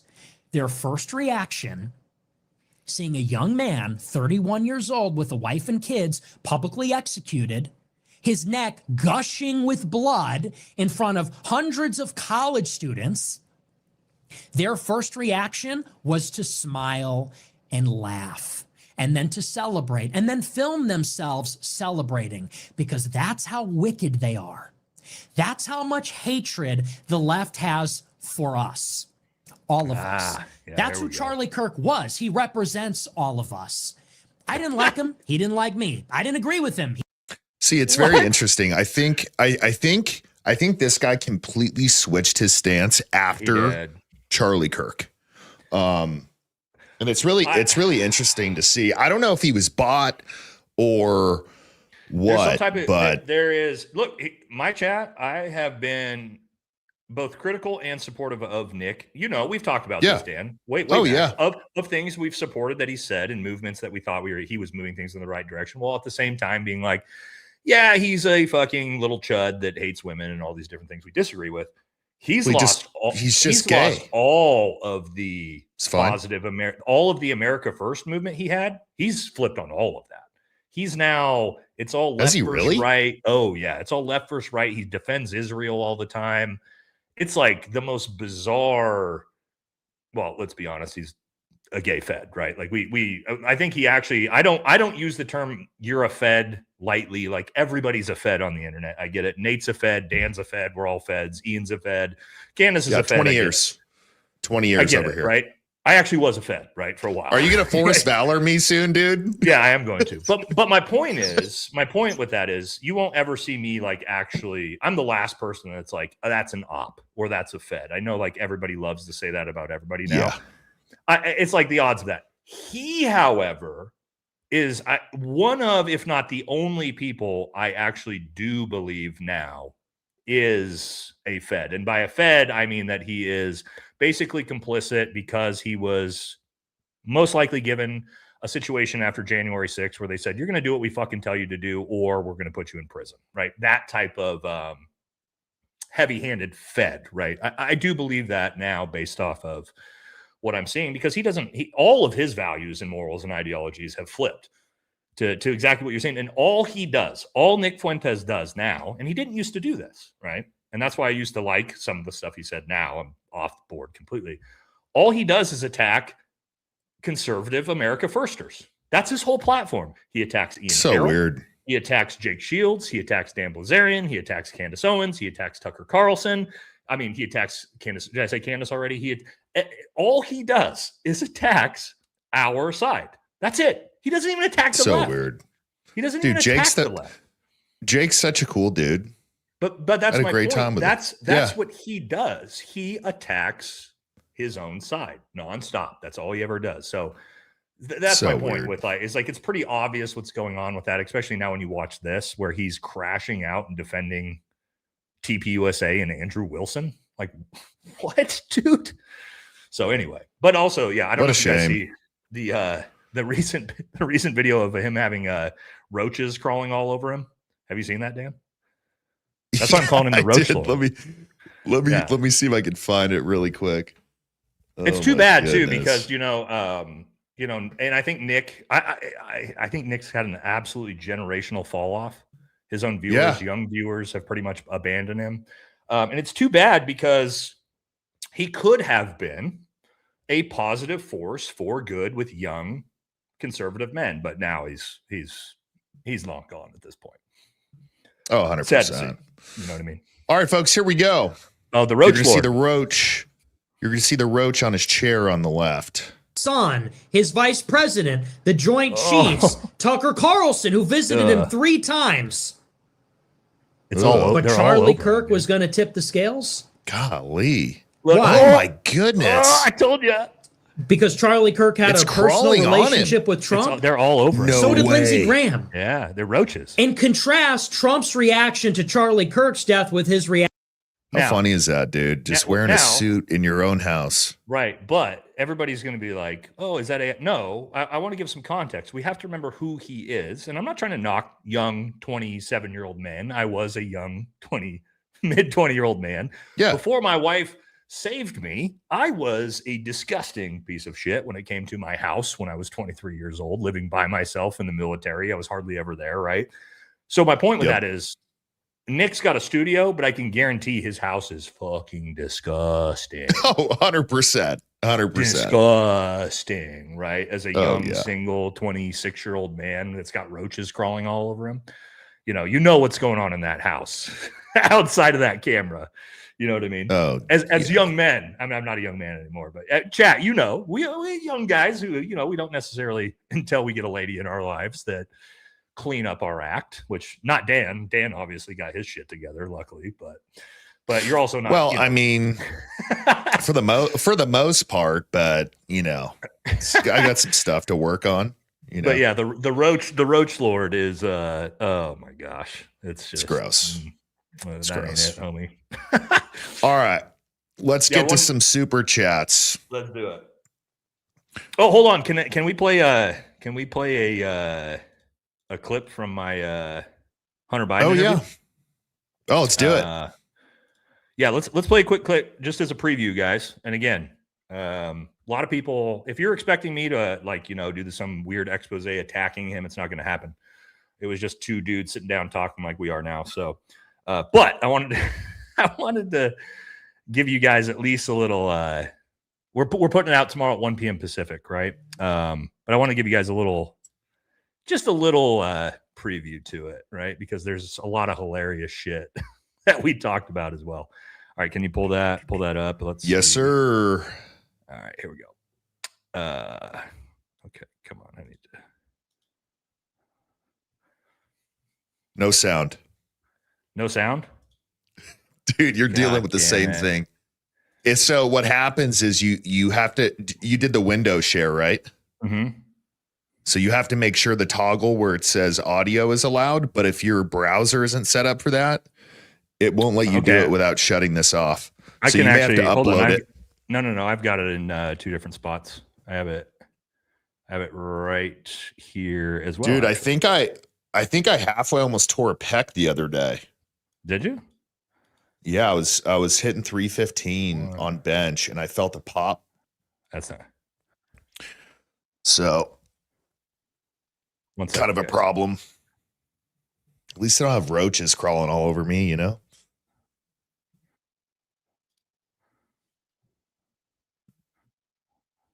Hold on 1 second.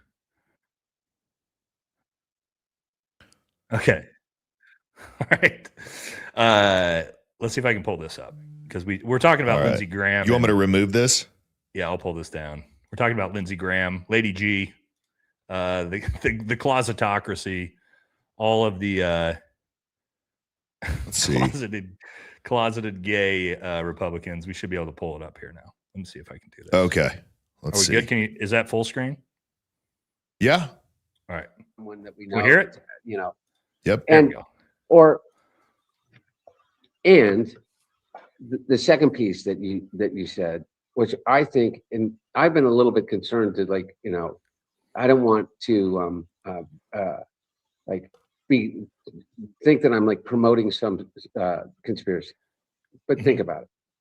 Think about where Lindsey Graham was when he was sitting in the back of a car talking about my dad as being the kindest man that he'd ever met.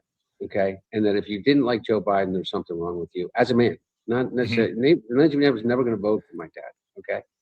And I'm not doing this to speak ill of the dead that can't speak for themselves, but everybody knew Lindsey Graham was gay. Everybody, everyone Right. knew That's that not. he was It's not a gay. secret. And by the way, whether he was gay in the sense of that he had a relationship, I don't know. I never met anyone that dated Lindsey Graham, but everyone knew that Lindsey Graham was gay. And there are about at least a half a dozen that I could name off the top of my head that everyone knows are gay. Some of them married, some of them, you know, in relationships that, you know, and have I feel like children. a lot of them But are gay. All right, so that's a little preview to what you're gonna get from us talking about it as we get pretty deep into that. So it's a really good interview, guys. Go into it, you know, with an open mind.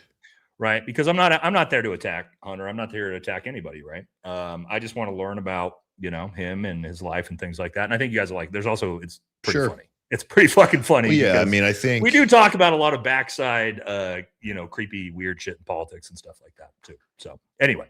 Yeah, I mean, I think there's context too. I mean, Candace and Tucker both interviewed him. Yeah, we talked about that. And we talked about him being a crackhead. We talked about all kinds of stuff, man. We talked about the laptop. No way, in the hotels? You go all the way into the hotels? Yeah, we talked about all of it, man. But I didn't do it in a way of goodness. like, we're not doing it in a way of like me attacking him. I want to learn about the fucking story and all the stuff that happened. You know what I mean? Sure. So it's a good interview. I think you guys will like it.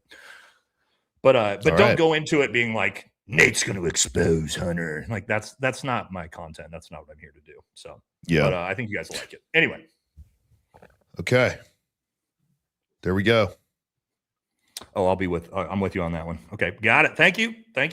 Bunch of new members. This was because I thought I was going to do a members live. Guys, we are going to do a members live.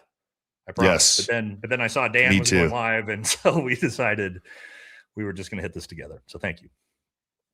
Hey, Nate, big fan of the show. Candace shouted you out again on her talk with Anna Kasparian. I saw that. We showed that earlier. Very, very cool. Thank you, Candace. Multiple times, Candace. Candace is the homie. Oh, wow. And also, for all of you who tried to say that I was evil to Candace, I think you should know by now. Obviously, that's not the case, right? So, Yep.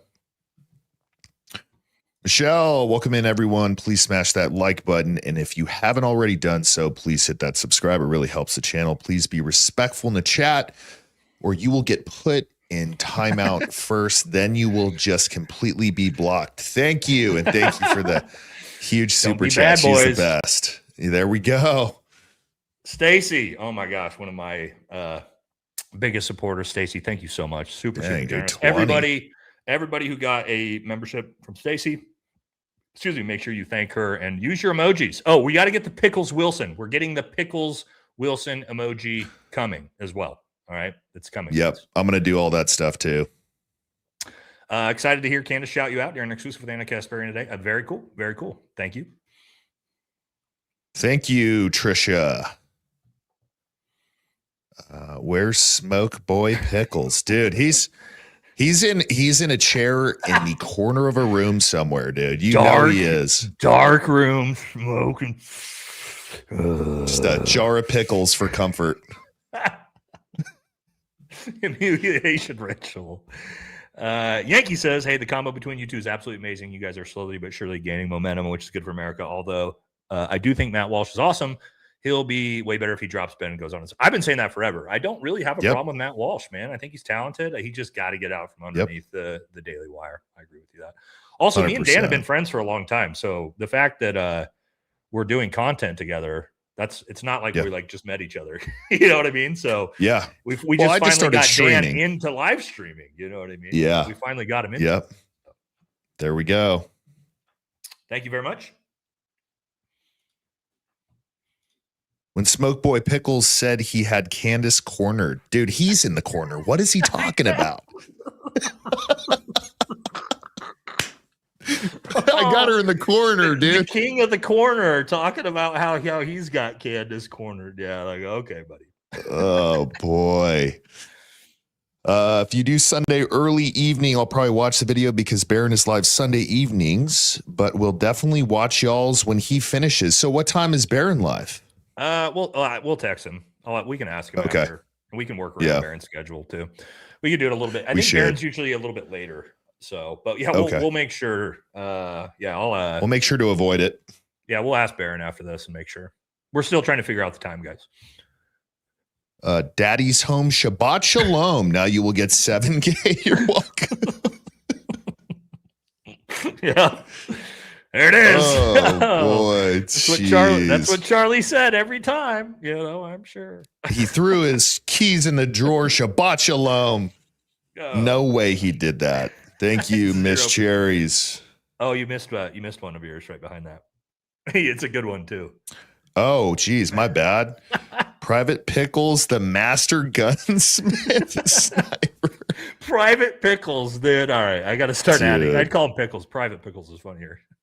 That's great. All right, let's see. You guys, hold on. You guys notice the video I did calling him out has hundreds of thousands of views, so you know he's seen it. Has he produced his DD214? No, Has he produced doesn't care. His FFL? No, he hasn't. Has he?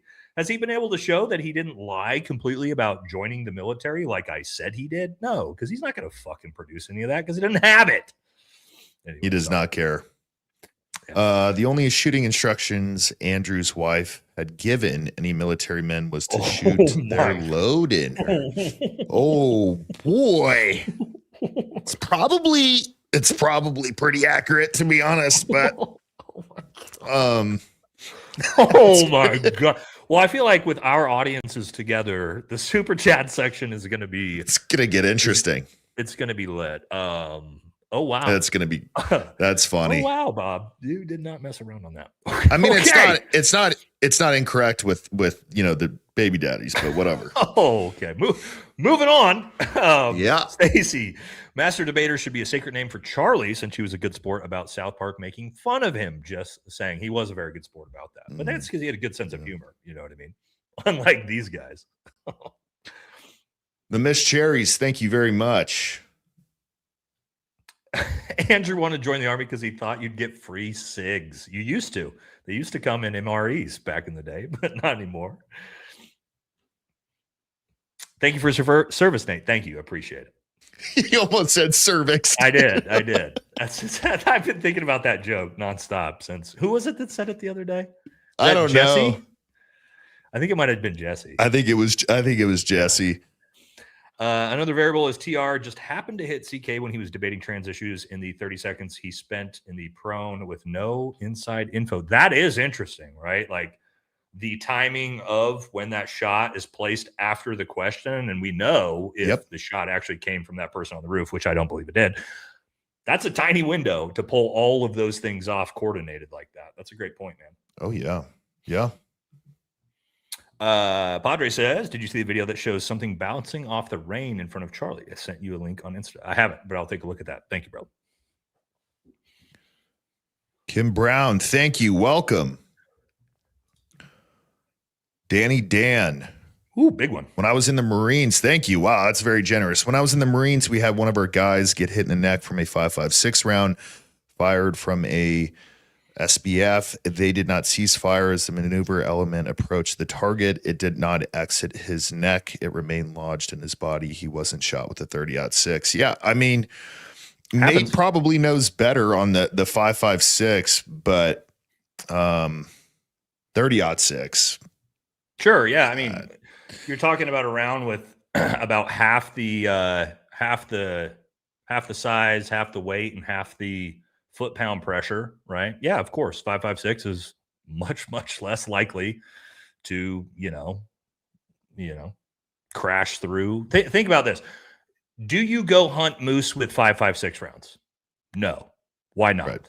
Well, because I want a round that's bigger and more powerful and more stopping power and more foot-pound pressure and more ability to puncture through 30 inches of animal, right? That's why we use a 30-06, which is the most common hunting weapon compared to an AR-15. That's why I'm not going to take an AR-15 out there. But to your point. Yeah. Well, thank you again. That was very generous. Watch JD's show today with JC. Makes a lot of sense. Drone with a gun attached and accounts for bullet found on science room. JD delay? Huh. Did he do it? No, I doubt it. No. Okay. Oh, maybe. No, he doesn't cover the Charlie Kirk stuff much. JD. Somebody else. Thank you, Stacy.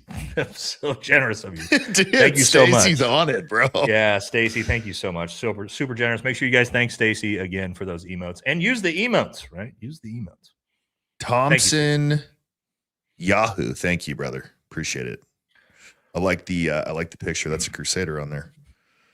Hey, Nate, check out John Colin on Jimmy Dore's theory about crack and thump, possible drone from further away, maybe a new shot test you rock. I'll have to take a look at it. I have no idea about it, but is it recent?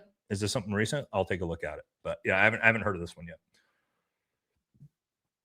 TPUSA is sending text about the left, to Andrew, because Republicans are about to lose the midterms and they need to keep division instead of people uniting about the BS fed to us. Yeah, I would say there's probably a decent chance of that. And Andrew tried to force that at the very beginning in his, did you see that, Dan? Yeah. When he read it off, it was all about the left. Yep. And you're like, you are not here to debate who did this, Andrew. You are here to debate. There is overwhelming evidence Tyler Robinson as an individual did this. So the fact his entire opener was all about the evil left. I think, and maybe the left did it. I don't know. I'm just saying that's not what he was there to debate, but that was what the narrative they tried to push. So, right. Blue-eyed hillbilly says paralyzed text. Sorry. If you don't know who she's talking about here, Paramount Tactical, but they call him paralyzed testicles. Oh yeah. Is paralyzed testicle. Guys, he's been taking a beating. Maybe we need to stop bullying him. Dude, he needs to shut up, though, to be honest. Yeah. Okay. Anyway, is a shillbilly that sucks because I'm from West Virginia. We don't claim him. I'll be joining your channel, Dan, when I get my comp and pen. Much love to my men. Thank you for the support. And again, yeah, it's like with him, man, I was, and you guys know, I was so respectful and I just didn't fucking respond. But at some point, when a fucking 5'6" dude talks enough shit about you, Dan, with a man our size, it's like, I'm sorry, enough is enough, bro. Like, you're a tiny little man. You don't get to fucking speak to me that way online, and it is what it is. Yeah. Michelle, if you guys would like to support the channel in other ways, you can become a member or go check out some awesome merch. Absolutely. Thank you, Michelle. Sean, speaking of firearms, have y'all seen the Desert Eagle 50AE Viking Edition? Yes, it's not practical, but it's super sweet. Must have for Valhalla, and I'm pretty sure the rounds don't evaporate. Oh, man, I'm sure those don't, for sure.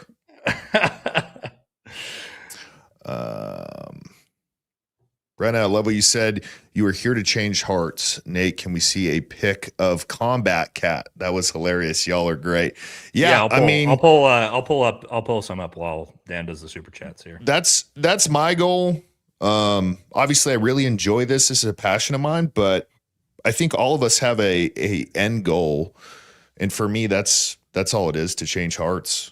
And not to be brutal about it, but to honestly convince people. For me, that faith comes first, and then integrate your politics into your faith, not the other way around. Pull I don't think up, politics should. No, 100%. Yeah. That's you got a great take. Pull up my my screen. I'll show you guys real quick. For those you don't know, Munchkin has her own Instagram page, right? Where we do There all we this go. stuff, right? So here's Munchkin. Here's Travis Pastrana rocking the Munchkin merch. We've got we got Munchkin in all her glory. Now, what here. kind of cat is that? She's a Munchkin cat, dude. Oh, really? Okay. Yeah, that's I'm her not name's Munchkin. familiar. Look at her feet, bro. Oh my Lord. You see them? I got a couple running around the ranch, but I've never caught any of them. Oh, but anyway, tactical cat. Here you go, guys. Yeah, there's the tactical. That's the battle cat. And then we've got her in her night vision goggles. Last one. Sorry, guys. Anytime I get a chance, here we go. Let's show this. So we gotta take a little pause here. Oh my god. So here's Munchkin. And she's got her bunch of the nods on. Oh yeah, she's got kitty nods, dude. Oh, Munchkin. There we go. That's how ridiculous we are around now. Munchkin's household. Got her night vision goggles on, as you guys can see. She hates it, but and we'll shout out. Is she pretty chill? Oh, look at her, dude. She doesn't give a shit, bro. She just folds up, man. She's the most chill. Oh, that's awesome. Yeah, Munchkin's the best, man. That's These are literally pull us back up on our side by side here. I'll show the chat that these are her Munchkin's nods. She's got the full op score and everything to it.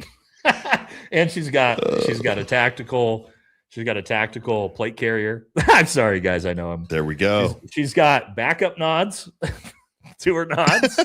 So yeah, I know you guys are probably just like, in case she breaks them. I know everybody's like, Nate's out of his fucking mind with his cats, but yeah, it is. Oh, that's awesome. Yeah, man, I've never really been a cat guy, but I have a bunch running around the ranch, but they just don't come near me. They just eat rats and stuff. Yeah, that's like we have outdoor cats too, but yeah, indoor cats are a little bit different. But dude, I wasn't a big that says we got me and Munchkin right here.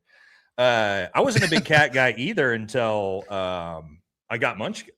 For whatever reason, I saw this meme of this cat. It was like 3 years ago, and it was like this viral meme on Instagram.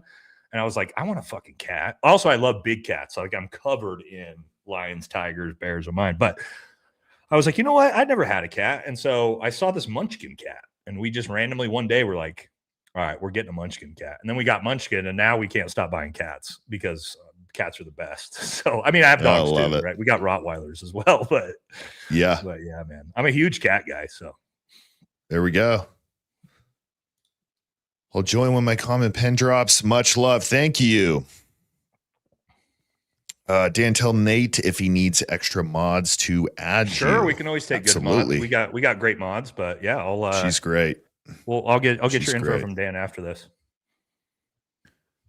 Thank you very much. Yay for a weekly show together on Sunday. Nate, don't know if you watched it, but Candace shouted you out again during your interview with Anna Kasparian. I did. There we go, dude. I love Anna, but that's, the best part, Dan, is everybody knows Anna is my favorite person on social media. So the fact Candace and Anna together shouted me out, I was like, fuck yeah, dude. Legendary. Yeah. Legendary. Thank you. I am Danielle. Appreciate it.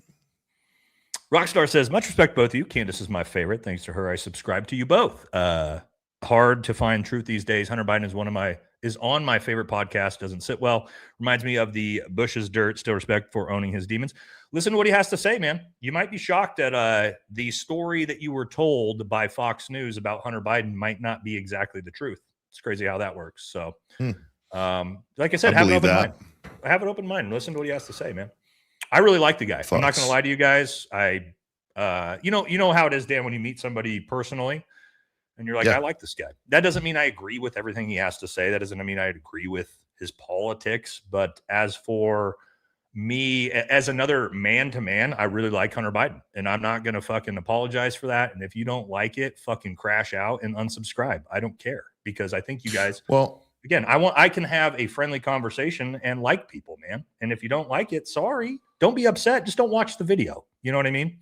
I already see people Well, super upset personalities- that I even did an interview with him, and it's like, dude, I'll talk to whoever I want, by the way, because I'm a grown man and I can do that. Personalities are not politics. You can go and talk to literally anyone and like them just based off of how you get along with them. Yeah. I usually am not the person who naturally likes a lot of people. But neither am I. I've talked to liberals and been like, oh, it's a cool dude. See, you know what I mean? I just like, saw somebody said, wow, you like Anna, Candace, and Hunter. You're a traitor. And it's like, yes, I like all those people. And guess what? I'm not a traitor because I'm not a Republican. And I don't give a fuck if you don't like that, sorry. Yeah.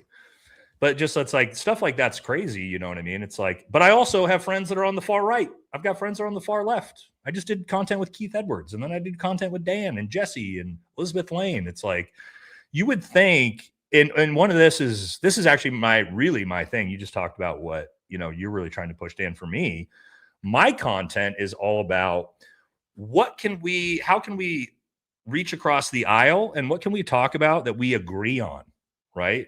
That, to me, that's going to move the needle way more forward in positive direction for America than let's hate each other and do more division. And that's not what my platform is. And my audience knows that's not what my platform is. And that's the way it goes. And if you don't like that, then I'm sorry, you can move on. Well, the people need to come together and just hold the government accountable regardless of what side it is.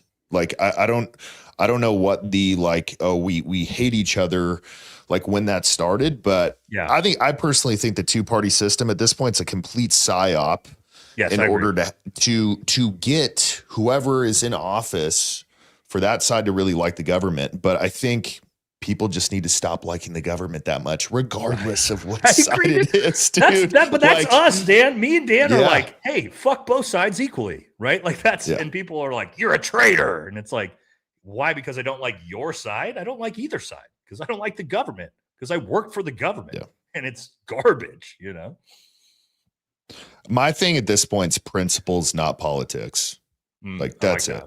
Yep. That's it. Yep. Katie says, instead of Andrew Dice Clay, we have Andrew Faking Gay.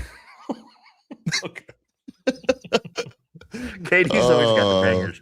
Talking about dissolving rounds. What a time to be alive. Dude. All right, you guys have had some funny ones tonight. Well done. That's true origin of the double tap, just in case. That's the first one breaks up. That's right. I didn't know that. I didn't know the double tap was just in case your first round disintegrates in air. That's, as a Green Beret, I learned something today. Thank you, Hop Whisperer, for that. There we go. That's why we do it. I didn't know that. 40-year-old widowed 11 years ago, solo mom with a 15-year-old kid, business owner, volunteer EMT. Any advice for dating again? Where do I start in 2026? Sit outside. I think she meant to say Bass Pro Shop with accepting dating apps with a QR code survey. I mean, look, I'm a single man in 2026. I have not gotten it figured out. Very weird game right now. I think for both sides. I think for me, I have the philosophy of just trusting that God will put somebody in my life that is right and that doesn't feel wrong. And that's it. So, but as far as like actually like putting yourself out there, I'm a big fan of church. I'm a big fan of the gym. Not a big fan of bars anymore. Used to like always go to dance halls and stuff here in Texas. And, for me, it's, just wholesome places to find people. But that's not a bad idea. Go to Home Depot, go to, Bass Pro Shop, Academy if you're in Texas, and you'll definitely find a good old boy in there for sure. I wish I had advice for you. Thank God I've been with my wife for a long time. Me and my wife got together before, social media and dating apps were a thing. So I don't know. I wish I had, I don't envy. I think you'll be fine, right? Like you're not, I think that also, the idea that like the Andrew Wilson, you're 40 years old and washed up. I don't believe that at all. I think there's tons of good men out there and good women out there that also maybe got divorced in their 40s. And I wouldn't lose hope. You know what I mean? I think, but you know what I'm saying? I'm not laughing. I'm not laughing at this. I think what Dan said is pretty good. Look in wholesome places, the gym, like things like that, where people are active doing positive things, is a good place too. But I wish I had better advice. I don't, because I've never dated in this environment. Thank God. Sorry to this super chat. I was not laughing at you. I read ahead, and this one just made me chuckle. Nate, my apologies. I confused you. So many people did originally with Paramount Tactical. Please forgive me. Dude, that's such a slide to you. Well, no, it's a real thing. There's a lot of people thought we were the same guy. A lot of Candace's fans hated me for a long time because they thought that I was him. You know what I mean? It's okay. Whatever. We're on the outside. We're on the other side of that now. Oh man. You guys need to look up for Brosser for vets. Brosser. I don't know what that Maybe is. that's an acronym. Sounds like a kind of haircut. Not sure. All right. Appreciate it. So no one else is asking how he drove on campus supposedly, but walked to and ran from the campus. Also, he left the gun just to come back and get it. Yeah, I don't know. I don't know about the driving situation. I know they have I think it's a pretty bad photo of him getting out, but you know, everybody has their theory. I mean, Andrew's theory is that bullets can disappear in the air. So, you know, we can all just kind of get creative. Fuck it, dude. Yeah. Yeah, dude. Fuck it, dude. Let's go bowling. You're not wrong, man. You need to start having trivia on here for merch. That's a good idea. No facts on your side. Attack the messenger. TP fail. Yep. You should start the jerk show. Oh my God, dude. Oh no. See, for me, I don't want to do anything that disrespects anything relating to Charlie Kirk. No. He's already getting enough from them. Yeah. Which is sad. It's weird. Yep. But we appreciate your honest opinion. Keep up the great work and some comedy parts. Thank you. Appreciate it. There we go. Narcissistic personality disorder, antisocial. Who are we talking about? Probably Andrew. You, obviously. Yeah, me. Andrew definitely has one of the craziest egos, unwarranted egos I've ever seen in my entire life as a grown man. It's wild. Yeah. It's one thing to have an ego when it's warranted, right? Like some of those men are tough to deal with. We have a ton of them in the special operations world, as you can imagine, Dan, for good reason, right? These are men at the highest performing levels in the world. What I can't deal with is a skinny, fat chud, you know, like Wes Watson would say, you know, with, you know, a gut and tits, telling me what a masculine badass he is and that you're a retard. Like, I'm sorry, brother, but like, that ain't it, man. Yeah. You can't be that way and then bark up those trees. So, yeah. Wonder if they are keeping it going to keep the YouTube revenue coming in. Look, there's none. Nate There's and I no are revenue both coming in there. Yeah. Nate and I are both very familiar with, you know, the revenue and all that in terms of what you can make on YouTube. The views that they are getting, it would not be worth the amount of time they're spending. It would not be. I think they're doing it simply because they've got donations from donors, but also, dude, if you're getting no views on Charlie's channel with 5 million views or 5 million subscribers, just abandon it, bro. Say and honor Charlie Kirk, take all your crap off and leave it. Yep. Well, guys, so you know, they're making about $25 a video. And think about the production level behind that, right? You've got multiple hosts, you've got camera crews, you've got backside production. And they're doing a video. They're doing 2-3 videos a day. They're making about probably $50 to $75 a day. So you think that's paying for everything there? It's not. Right. Yeah. Let's see. Thank you very much. No comment. Appreciate you. How about an interview with Joe Biden? Dude, he's probably off eating. So he's not doing well. Oh, yeah. What's he doing? Oh, he's not. Well, his cancer is very terminal. So yeah, it's kind of sad. So probably he needs to go to China and get some of that crazy therapy going. I think he's we didn't talk too much about it, but yeah, I don't think it's terrible to hear, right? Like regardless of what you think about Joe Biden or whatever president, right? Like me and Hunter talked about this. Like I told him I viscerally disagreed with your dad policy wise. A lot of different things. We talked about the botched withdrawal of Afghanistan and how viscerally horrible I thought that was. Like there is some tough things in this interview, guys. I didn't let him all the way off the hook.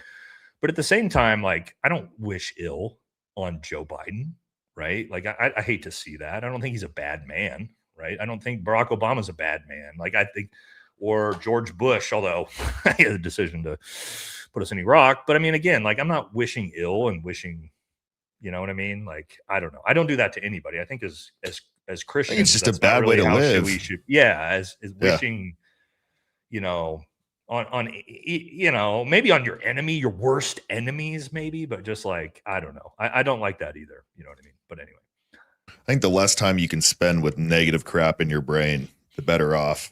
Yeah, you're gonna be. I'm not wishing ill on or death on, you know, anybody like that. She covers this today. This on today's episode. Hold on, I'll find the timestamp. All righty. Thank you. Beginner firearms training recommendations. Nate. Yeah, I can help you with that. So it depends on where you're at. Okay. I would be very careful with looking up NRA instructors. As you noticed, Andrew Wilson talked about how he was an NRA instructor. Not that that's a bad thing. It's just that's basically a qualification that allows you to teach concealed handgun license courses. Man, it's hard to find good, high quality firearms trainers. It depends on your area. Is online an option or no? If you can, if you can, I mean, again, I feel like you would really need for a woman, you'd have to be there to really kind of show the hands and all that stuff. Yeah, it's area by area. Like I personally know really good instructors throughout the Northwest because I know them personally. But if you were like in Texas, I'd be like, I don't really. I know some good ones down here, but like beginner stuff, I mean, I think you can find a lot of good people for that. I think even just like your local firing range, right? If you're looking for very basic beginner pistol classes, something like that's a good place to go because typically and when I say this, like a well-established gun range is not going to have some piece of shit instructor who has no idea what he's doing.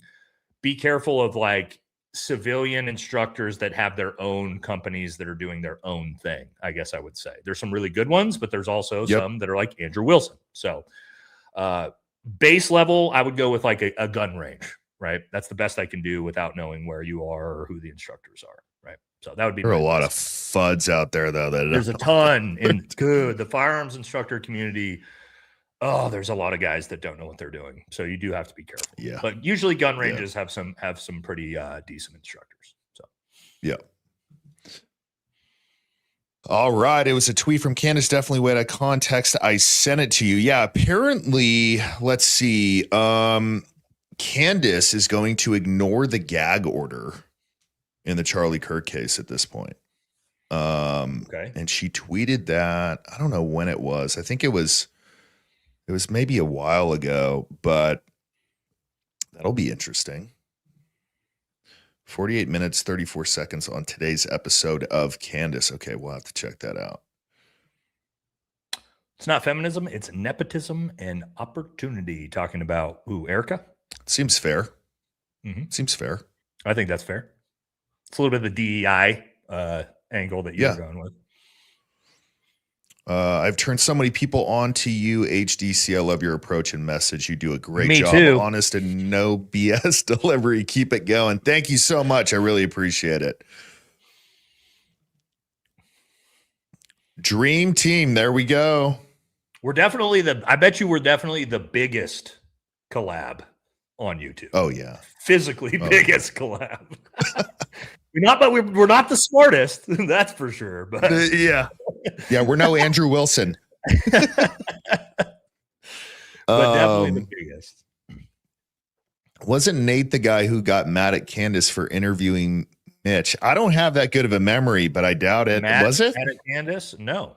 I was, again, I've said this 100 times. If you actually watch my content on this, which nobody did, I was concerned that he was a con artist trying to take advantage of Candace, and I didn't want to see that happen. So that's what that was, right? And anybody who actually watched my content on that knows that. That got misrepresented pretty hard. Yeah. Okay, Stacy, thank you so much. She says the feds are getting sloppier with their ops, but it's all in our faces because the oligarchy does what it wants and no one gets charged for shit. This is so true, Stacy. We have no accountability. Zero accountability ever. But maybe that'll change. We had a whole discussion. Me and Hunter had an entire discussion on exactly that with lack of accountability and if anything will change. Oh, interesting. Mm-hmm. Huh. I'm excited to see what he said about that. Yeah.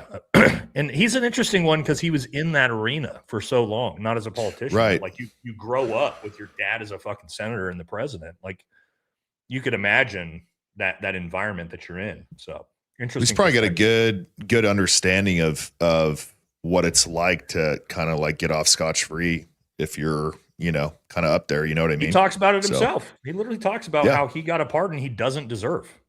He said that about himself. Yeah, he said, I don't deserve Oh, wow. That's interesting. He's an honest dude, man. So anyway. There we go. You guys will like the episode, I think.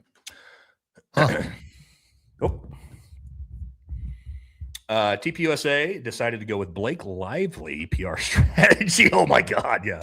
Manipulate the truth, constant attack campaigns, lawsuits, threats, stay visible, even if the public turns against you. Worked out great for her. Yeah, that is actually what they're doing. That's what they're going with. That's wild. Unbelievable. Thanks, Katie. Danny Dan, if you ask questions or bring up concerns grounded with common sense and people on the receiving end get upset and defensive, their anger proves you noticed a flaw and they don't like it. I very much agree with that. That's a great point. I think people who are cool, calm, and collected, I mean, it's an art. For sure an art, especially as a man. I mean, men are naturally, you want to be, you got testosterone running through you. So it can be hard at times to be calm. But yeah, I mean, Andrew, for example, when he was called out, when he didn't know any of the charges, I mean, look at how he acted. It's like he turned into a child and emotional and tried to flip it on her. And it's like, dude, you just don't do that. Just own it. Just be like, yeah, I didn't look at any of that. I don't care about it. Mm-hmm. That's the truth. You look a lot less dumb. Yep. But he's an emotional guy, right? He's an insecure, emotional guy. Yeah. And that's why he did it.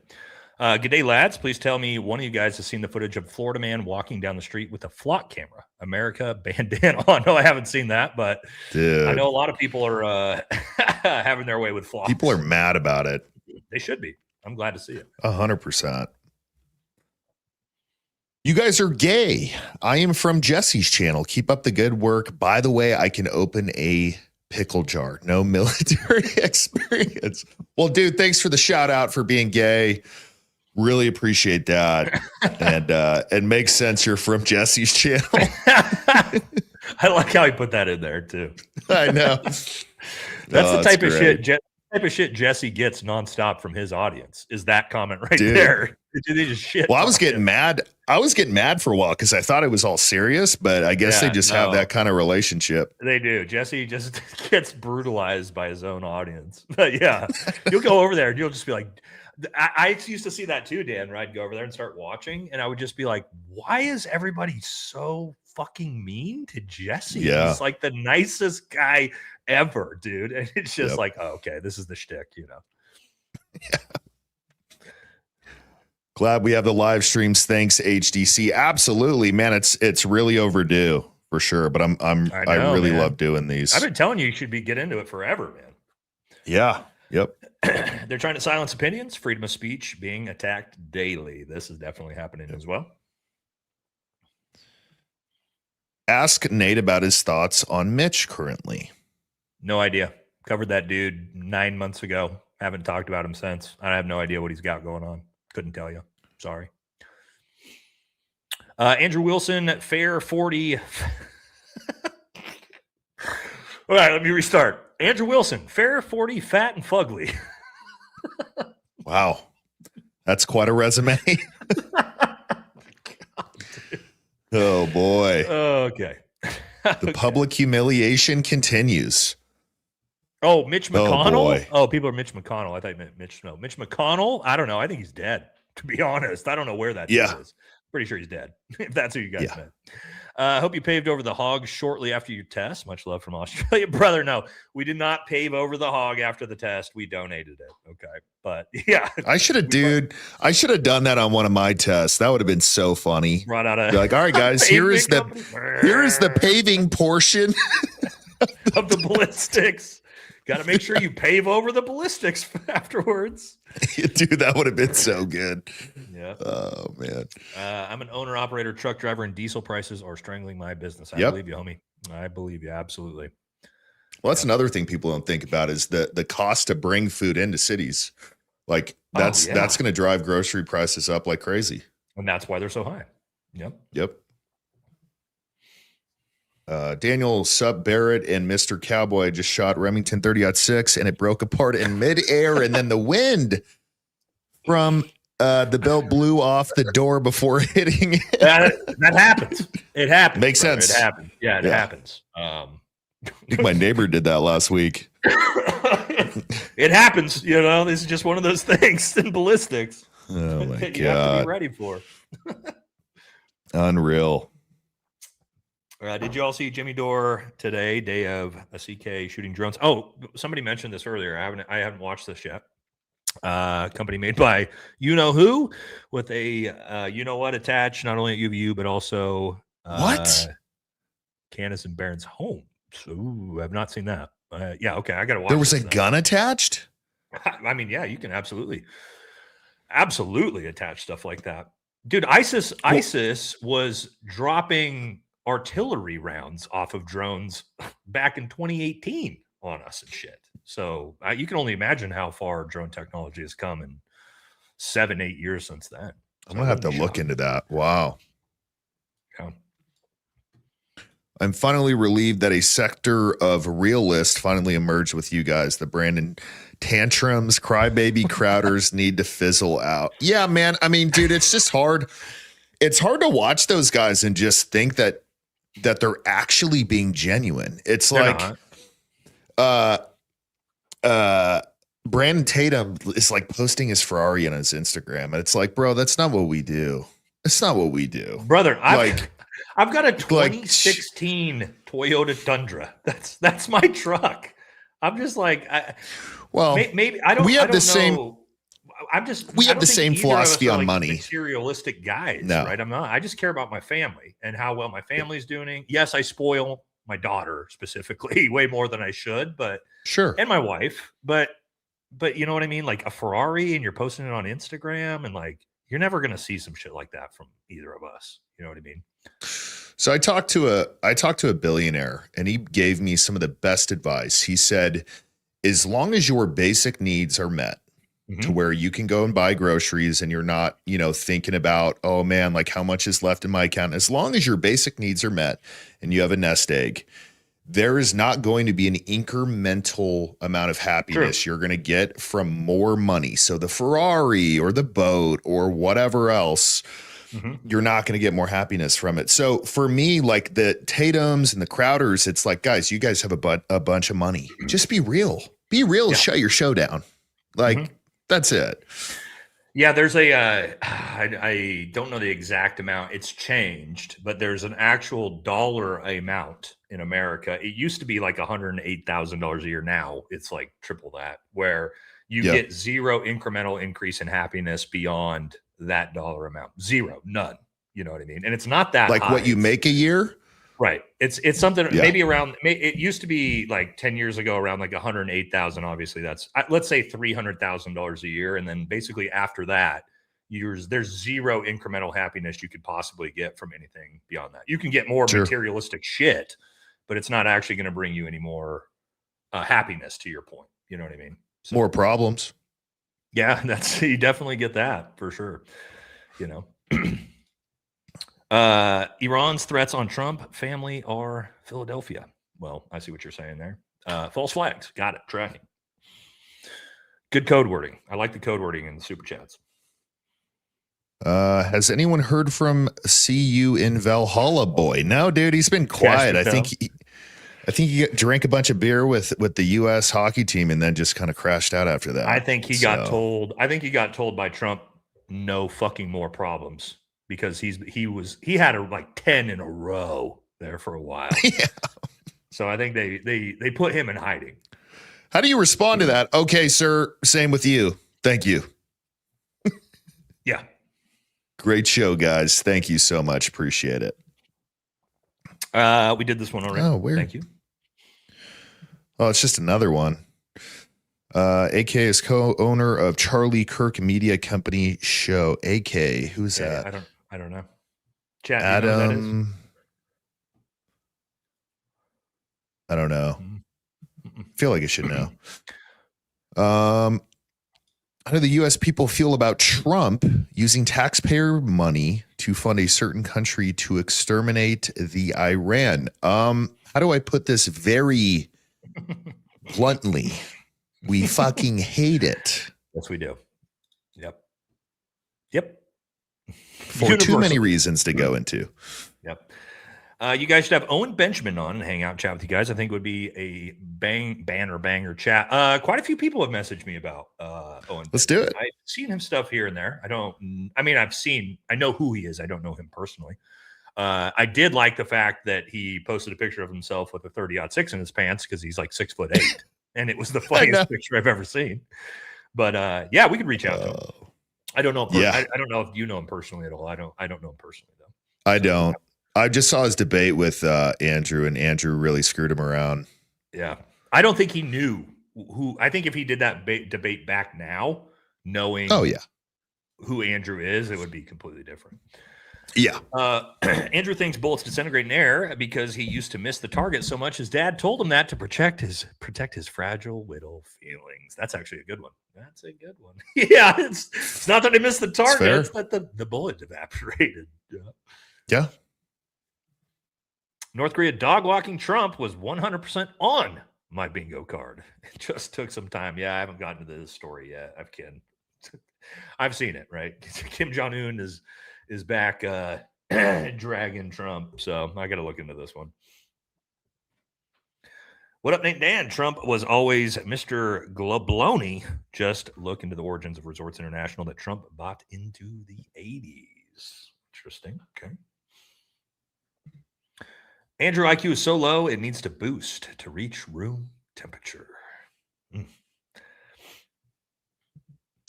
Reed Butler, Nate, do you think Trump's unaliving attempt possibly was staged while the firefighter murder was true? Warning conveyed to Trump. I do. Actually, I think that's pretty much. And according to the firefighter's wife, she also thinks this now. Did you see that, Dan? The widow of the the widow of the fireman has come out and said that she believes the entire thing was staged inside job. Oh, really? Mm-hmm. Uh-oh.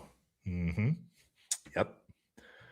Ooh, that's not good. Yep. She came out a couple weeks ago and started talking about it. Did you catch the Jimmy Dore clip about the drones that could have been used? Boys' drones would be a problem in the revolution. No, this is about the third Now I'm going to watch the Jimmy Dore episode because anytime 3, 4, or 5 people message the same thing, I know it's a banger I got to watch. So I will watch it probably later tonight, tomorrow, and we'll cover it. Thank you. Michelle, Dan showed that shirt about pickles that I put in the HDC tech group. Great merch idea. Okay, I got to go look in there. I'll dance for 300K, let alone a debate. That's right. 3 hours? What kind of dance, though? What kind of dance? I think it matters. It doesn't matter. 3 hours? I'll do whatever. No, not whatever. Dancing I shouldn't say that. Dancing for 3 hours, dude. I don't think people could actually do that. That's pretty hard, actually. Yeah. It's a lot of cardio. Glad you guys see you here. Hope all is well. Thank you very much, Suzanne. Hey, Nate, Candace gave you a shout out on the Young Turks podcast today. Joey, I did see that. And yes, shout out. Thank you to Candace for that. We appreciate it. This fool Nate tried to intimidate Candace into dropping the Mitch Snow lead. He's proven to be a drunk with a sensitive ego. Yeah, well, it sounds like he hurts your feelings a lot. So yeah, that's definitely why Candace Owens keeps shouting me out and using me as a positive reference for sure because of that. You're Yeah, right it's on the money, interesting bud. how I just don't feel like Candace is a person. If she really felt like you were calling her out, she would use your stuff. That she You would know? positively promote my content. Yeah, probably not. Yeah. That doesn't make that much Probably. sense, but who knows? Probably not. But that's probably I don't know. And so what we do have a lot of is the TPUSA bots that try to misrepresent things and attack me that way. That's typically what those are. That's like a little okay. That's a little TPUSA. Well, that sounds like a lot of fun. I would like Yeah. some of those. Well, you're going to probably start getting them soon now that you're doing these live streams. Ryan says, Fair I think enough. the Fed requirements is you got to be down for butt stuff. Oh, dude, I met a guy when I was in Port A, driving down to the coast when I was supposed to interview or debate Andrew. I was at a bar and I was sitting there and I randomly like talked to this dude and I was like, so what do you do? And he's like, oh, I'm in college. And I was like, well, what do you want to do? And he's like, I want to be federal law enforcement. And I was like, oh, cool. What do you want to do? And he's like, I want to be an ATF agent. Oh, God. And I looked at him and I said, are you sure? And he goes, yeah, I just think it would be really cool. And I said, tell me what the Second Amendment is. And he couldn't tell me. And I said, brother, you need to just rethink what you're doing. And he's like, but it would be so fun. And I'm doing a good thing. And it's like, dude. No, you're not. Oh, no. And then I just walked away because I just couldn't handle that anymore. Dude, who's like, I want to grow up and join the ATF. That's like, God, dude. Whoa. It's worse than saying I want to join the IRS. Right. Of all of the different government agencies, go be a federal marshal, bro, or something like that. You know? Yeah. Jesus. Let buy Andrew a Red Rider. Yep. That sounds pretty good to me. Many creators have lost/reduced monetization. What a great way to force people to look at alternative funding. Israel is paying $7,000 for pro-Fed slop. Explains why many good people have gone crazy. Look, you can't pay me anything to promote that stuff. True. Because the answer will be no. That's why I haven't been offered it. That's what I was just going to say. They don't offer me and you these types of things because we're obviously so outspoken about it. They're not looking for people like us for that. Yeah. Unfortunately, you know what I say, Dan? I'm like, I wish. Where's the America First pack that's paying $7,000 a post for me to talk how I talk? Because I'll take it. Yep. If I can just talk about like pro-America shit, I'll take the money. But there's unfortunately no one offering money for us. So yep, it is what it is. Unfortunately, to improve morale on the USS Abraham Lincoln, that are showing the movie The Odyssey to show what a long deployment on a Navy ship can be. That's actually a good joke. Considering the Odyssey. Odyssey is a story about taking 10 years to get home on a ship. So, right. Yeah, hopefully that's not true, but it probably is. 7-5 Nate, good news. My son is coming home. That's awesome. The USS Abraham Lincoln is headed back to San Diego. I have wild knowledge on the war and that ship. Well, get it to me. Get it to me. I do have a lot of good inside information on that ship, but I can always use more, especially from your kid if he's willing to honestly give it. So reach out to me for sure. James says, I totally feel you when you said your place was filthy until Miss Fall came into the picture. I was the same way until my kick-ass girlfriend Kristen came to my life. She cleaned me and my shit up. We're lucky guys. Yeah, if I there we go. My wife, you know, Brittany's not a big on-camera personality. I wish she was. She'd be great at it. But if she ever tells you about when she first met me, oh my God. It's a little embarrassing, but she cleaned me up and turned me into a real boy. So thank you, brother. There we go. Make pickle shirts merchandise. Oh, we've got a whole line coming out soon. Just the most banger shirts you could see. I'm gonna need some of those when you're done with them, brother. Oh, absolutely. Oh, I'll send you some designs. I got too many.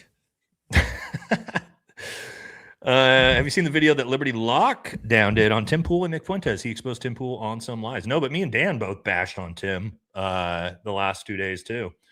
All right, chat. Best guess what is under Tim Pool's beanie. I have a treasure map.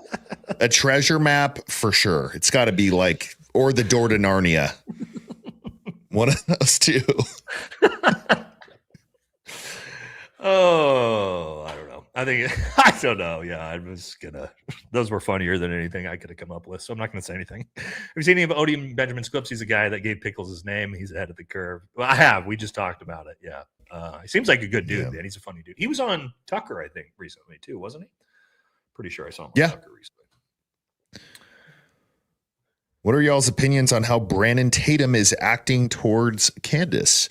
Look, I think Brandon Tatum is a guy who is not extremely intelligent. I actually debated him on the Uvalde shooting. I think that's very gracious of you, the way you just put that. Yeah. And, his position was, I'm a cuck for cops. And it was not like, oh, why didn't the cops just go in and handle business?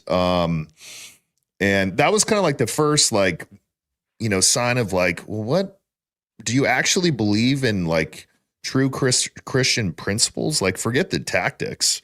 If there are kids in there being slaughtered, you're going in there with at least some kind of plan, but you're not just waiting and just being like, oh, we're just going to wait until a couple more get slaughtered. So, but I just think he's a guy who has gotten into the habit of doing content on whatever is trending, and he will say anything to get, views and continue the business going. But I thought they were friends. So I don't really know. They were. And I think that says a lot about him, is that the fact that he's turned on her over politics or over the situation, and he's turned on her, which again, I've got friends that I disagree with vehemently, even on the Israel topic. And who cares? I don't care, because we're friends, right? And I would never shit on them publicly because of their take on an issue, right? I might disagree with them. Hey, I don't agree with this person. I don't agree with my friend on this, but I would never attack them like that because of their opinions. I think it's terrible. Yeah, I think it's terrible. 100%. Sorry, Nate, didn't see the other people tell you about the Young Turks podcast with the Candace shout out. That's all right. Appreciate it, bro. Appreciate it. Roach King supported taking Venezuela because the oil would make us rich. Gas prices rising. Yeah, of course. He's again the Roach King. Fuentes. That's actually I think they call Asmongold the Roach King, but Nick Fuentes and Asmongold are basically the same person. So now that he's got roaches crawling on him, he gets to be the Roach King Jr., I guess. But yeah, his bizarre pivots on a lot of these things. Uncle Joe Biden would have done a better job than Andrew Pickles Wilson. I think it would have been a lot funnier, to be honest. Yep. I mean, I think anybody could have done better than bullets disappear. Yeah. No, I think it's fair. I think it's a fair comment, right? Yeah. It's actually a fair comment. Andrew Service was one semester at JRTC at best. I don't think so. I don't think he's got anything, man. And again, I like the year at Salvation Army. The Salvation Army. Right. Yeah. I don't think he ever. Again, I put in a records request and we can't find him. So, like I said, I would appreciate if he would produce a DD-214 to not be a visceral stolen valor committer. But I don't think he's going to do it. So. Yep. You guys together live is dope. Keep them coming. Although I do believe Matt Walsh is next level. He should really leave the Israeli Wire. He'd do way better. I agree. He needs to have his own show. And because did you see the drama? Did you see Ben Shapiro calling him a fucking moron today or yesterday? I did a video on it today. Yeah, there's trouble. I got to look at that. Yeah, Ben Shapiro called him a fucking moron, and they're attacking each other on Twitter now. So what I think is that what somebody said, I think Barron said that the same type of thing happened between Candace and Ben right before the contract ended. Yeah. Ben started talking shit about Candace publicly, and then the contract ended. It might be that that Matt Walsh's contract is coming to an end, and now you're seeing the breakaway from that. But pretty interesting. Oh, interesting.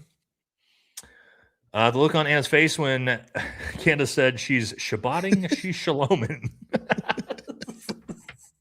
That's pretty funny, actually. Oh, man. Anna loved that, too.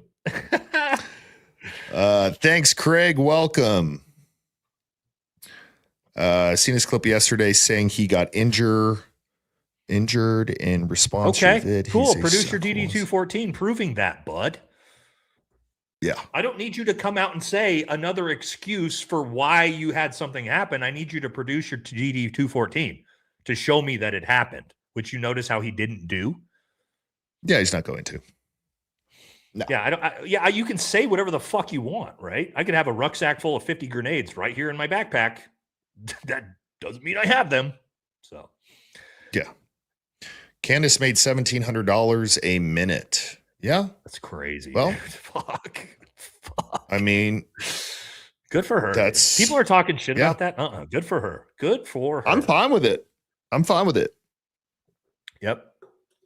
Would you hunt with a Scar 17? I wouldn't. I don't like the weapon.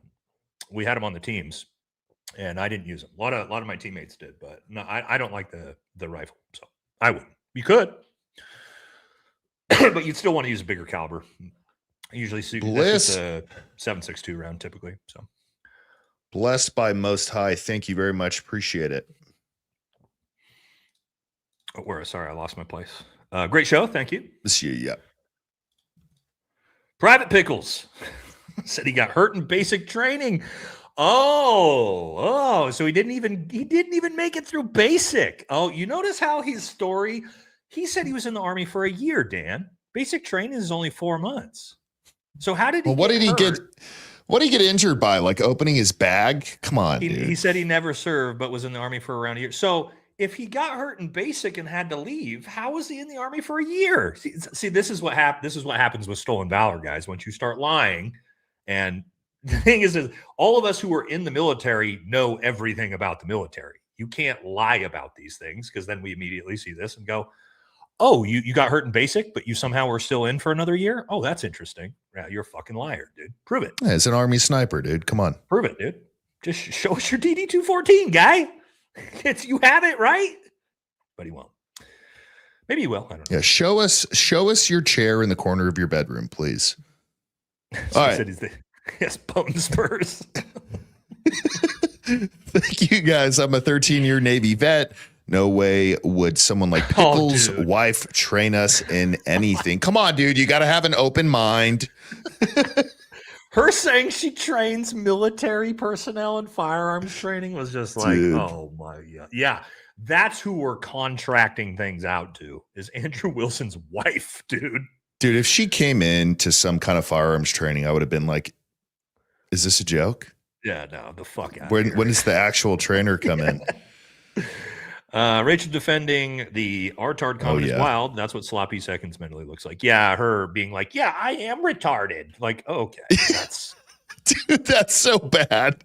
Good for you, right? Yeah. I saw that. Jesus You'll be Christ. Okay. Yeah. Jeez. Have you ever seen the video titled "Autonomous Killer Drones" on YouTube? Could that have been used on Charlie? I have to look at him. The drone thing, I'm not discrediting it. I'm just going to tell you. It's very unlikely. Very unlikely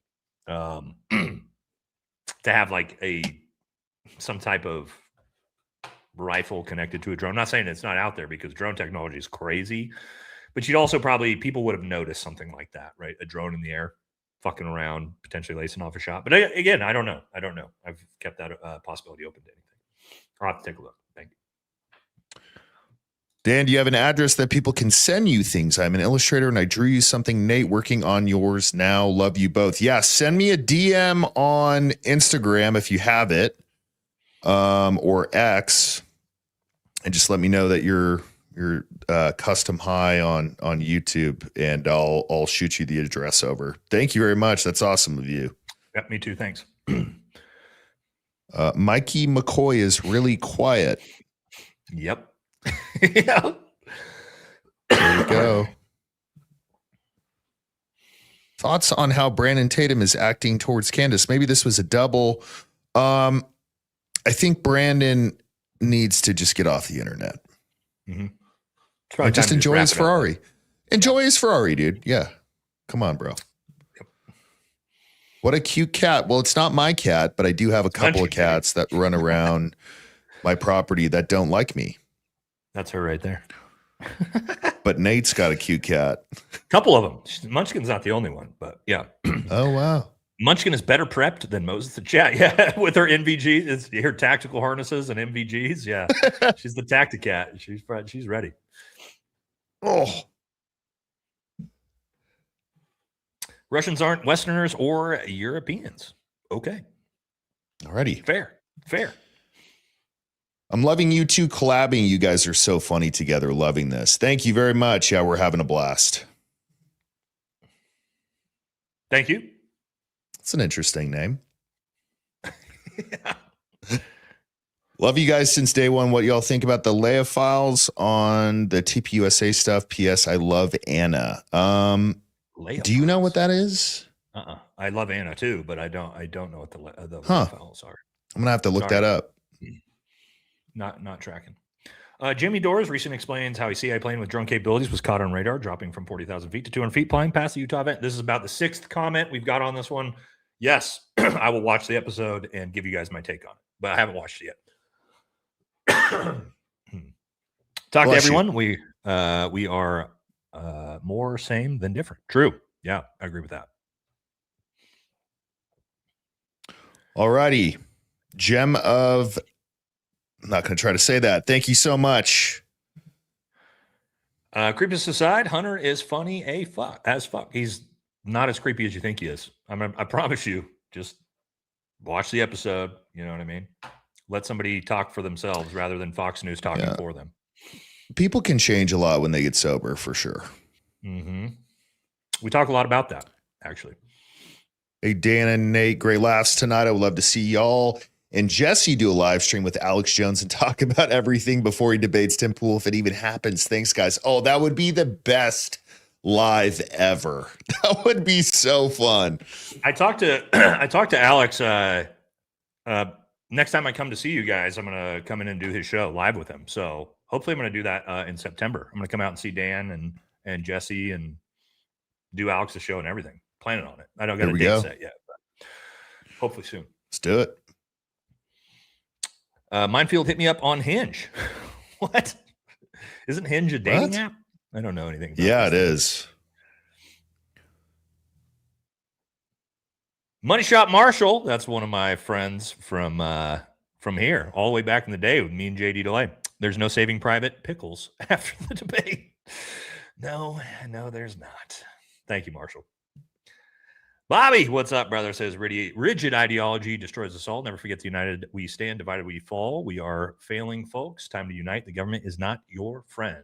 100% agree with you on that, Bobby. Thank you so much. Thank you, Linda. Appreciate you. Anyway, see Jake Shields' video covering Pickle Boy saying he was a master Freemason. He fits with the fake Christians tricking boomers. Yes, I have seen that. Yep, he did say that, which was probably made up too, by the way, just so you know, based off of everything he makes up. I bet he wasn't that either. So I thought that would sound cool to say. Why doesn't Walsh start his own show? The point he's bound by contract or something? That's why. He is 100% bound by contract, just like everybody else at the Daily Wire. Brett Cooper, Candace Owens, we've seen how Ben Shapiro does this to people. Would not be shocked to see the same thing happen with Matt. Yep. I'll be your soulmate. Love your face. I just recently learned what LYF I've never seen that one before. I learned that too. Yeah, I didn't either. She taught me though, so thank you very much. We need nightly HDC, VFT, and Jesse shows. Bring me back to the good old days hanging with the boys. Bullshit, and I follow all three. I don't know just about makes nightly, it easier. But we are going to do weekly. That's the best we can do. That would be wild. That would be wild doing it nightly. Yeah, that'd be a lot. Nate, congratulations on the Hunter review, and shouts out from Anna Kasparian and Candace Owens. Well deserved. Love your show. Thank you so much. Not only that, guys. Yes, Hunter was a great interview, but we have. That's not the last crazy huge interview I have lined up. I have some massive names that are going to shock you to your core here in about 2 weeks as well. So we're so blessed that we're able to. I mean, it's just like the fact. I know a lot of people are talking shit to me for interviewing Hunter Biden. Again, I don't care. I like him personally, but just the fact that we've been able to build a platform to be able to have some of these guests on is just very, very cool. And it's very, very cool for our community too, you know? So thank you guys so 100%. much for being a part of that with us. Yeah, absolutely. There we go. Absolutely. He's got terminal cancer. Of course you should. If you care about people, right? Dan, you need to become an Ella's fella and marry that girl. You would have beautiful children. Oh my Who's Lord. Ella? Ella's fella? Dude, Ella Langley. Ella Langley. Oh, is she the country she's singer? Yeah. Okay, My with Lord. the Texas song. Yeah. Choosing Texas. Got it. She I'm could not choose- a cowboy. she could I'm not a choo- cowboy like Dan. As you can see, I'm a dipshit fucking emo punk rock kid. So She can choose me any day, dude. Just let me know. You don't think evil people who have sold us out while deliberately destroying this country are bad men? No, I do think that. I don't know what that means. I do think that. Psyop Shalom. Dan, you should be doing voice work, right? Everybody. Yeah, Dan's got a great voice for I'd say voice for radio. Oh, A lot I of already- people say that to me, but I'm like, hey, come on. I'm not just a voice for radio. I'm okay. I already worked the phone lines, guys. Come on. Just for when Andrew calls in, I just tell him pickles, get the seat and put it in the corner. All right, let's get it back together here. Here we go. Any state you would prefer to train in if you were trying to train firearm basics from a recreational marksmanship perspective? Idaho. Idaho has a ton of incredible instructors and a really good gun community. So if that's what I would probably choose. Yeah, but they're saying do they have BLM land there? Like a lot of public land you can shoot on? I don't know about public land or not. I think that's maybe what he meant. I think that's maybe what he meant. Because I know a lot of people struggle with like trying to find places to actually where shoot. to go shoot. Yeah. I think don't Nevada know. is pretty good. There's a lot of BLM land, like right around Vegas. I see what you're saying. But I don't know. I don't know if he meant training or what. Rush Limbaugh's wife inherited his money, but didn't take his place as the show host. And once they found out his replacement, they changed the name of the show to the two new hosts, TPUSA and Erica Take Notes. Yeah, I feel like that's a very obvious thing to do. Normal thing that everybody does when that happens. Yeah. If the guy is not Rush Limbaugh, don't call it the Rush Limbaugh show. Limbaugh show. Jesus Christ. Kind of just basic stuff. Dude. It's crazy. Nick told Republicans to vote Democrat to weaken the GOP. Now he's mad at Tucker and Candace. Birth party, the Fed joke writes themselves. You're 100% right. Yep. Yep. Shooters World in Arizona bought a 9mm Hellcat and AR. My hobbies are now gym, country, dancing, and learning how to shoot. Fantastic hobbies, brother. Oh, dude. There we go. You're doing great stuff right there. Boom. If you can add combatives to that, some martial arts to that, then you really that's exactly what I do, right? If you can, that's kind of gives you everything, fitness, training, lethality, self-defense, all those things. So, but yeah, that's awesome There stuff. we go. It was a toss-up between watching you guys or Gary and Andrew. Oh, do they have a show going right now? No way. I don't know. Probably. Dude, that would be great. Oh. Dude, that's a hard decision. Yeah. Tough one. Tough one. Yeah, that's funny. All right, you guys. Now we're discussing how bullets can disappear. Right. So if Tyler gets found not guilty, it means the killer is still out there and the only person investigating is Candace and the podcasters. How effing embarrassing to the Fed sloppers. Look, in my opinion, the prosecution is going to have an extremely, let me put it like this. If Tyler Robinson had legit attorneys, like if he had $1 million and can actually get some legit attorneys in there, there is no way. There is no way. They would point at everything that we pointed out and say, this is not beyond a reasonable doubt. There is no way. I'll tell you this. You know what my dad told me? My dad's an attorney. Yeah. And also a Green Beret, right? So he's got a great understanding of everything happening here. I remember this was like 7 months ago, us talking about this, and he was like, I wish I could have got this case when I was young. He was like, I wish I could have got this case. He's like, this would be the easiest fucking case of my career. So But Well, dude, but attorneys on retainer, private, yeah, but that's a little bit different than potentially what he very has, different. being public defenders, right? So. Very different, but still, it's still kind of like, show me one clear picture of him. Yes, dude. Show me a gun, a gun. Dude. It doesn't even have to be a 30-06 at this point. Show me a pistol, even maybe, you know. Explain to me how you think this thing on the roof is not a monkey and a person. Explain to me how you can tell. That could be Bigfoot, dude. Yeah. You know? Yeah. Yeah. Firearm training for women, beginners, and advanced learners. Paul Rump, Nevada. Dude, I know Paul Rump. Really cool spot for sure. Let's see. Is having a tattoo required to be a Green Beret? Is it required? No. Do 99% are 99% of us covered in tattoos? Yes. It's been military culture for 100 years, right? Where do tattoos come from? Sailors, right? So it is what it is. Ruby, what's up? Says, hey, Nate, off topic. But is there a live tomorrow? Is this it? I missed most of it. Yes, we have a regular scheduled live with me and the Special Operator Boys, 5 p.m. Pacific tomorrow. Regular show will also be going. We got to get you on that show sometime, Dan. We talk about random stuff, Dude, I'll go on there tomorrow if you want. I'm down. Well, typically we try to keep it at a 4-man panel, but if we have anybody missing, then yeah, I'll definitely bring you on for it. I think you'd enjoy it. It's also a great group of badass dudes. You know what I mean? There we go. One of my Marines in 2009 was shot in the neck with a 7.62. Entry and exit wounds were substantially messier than Charlie Kirk's 30-06 side. I was his corpsman. He never came out of hypovolemic shock. Yeah, I mean, that would make sense. Yep. For sure. You two are cracking me up. Much needed. Love you guys together. Thank you. Appreciate you. There we go. Yeah, I love Dan, dude. So this is like the easiest thing ever to do content with Dan. Love you guys. Fun. Appreciate it.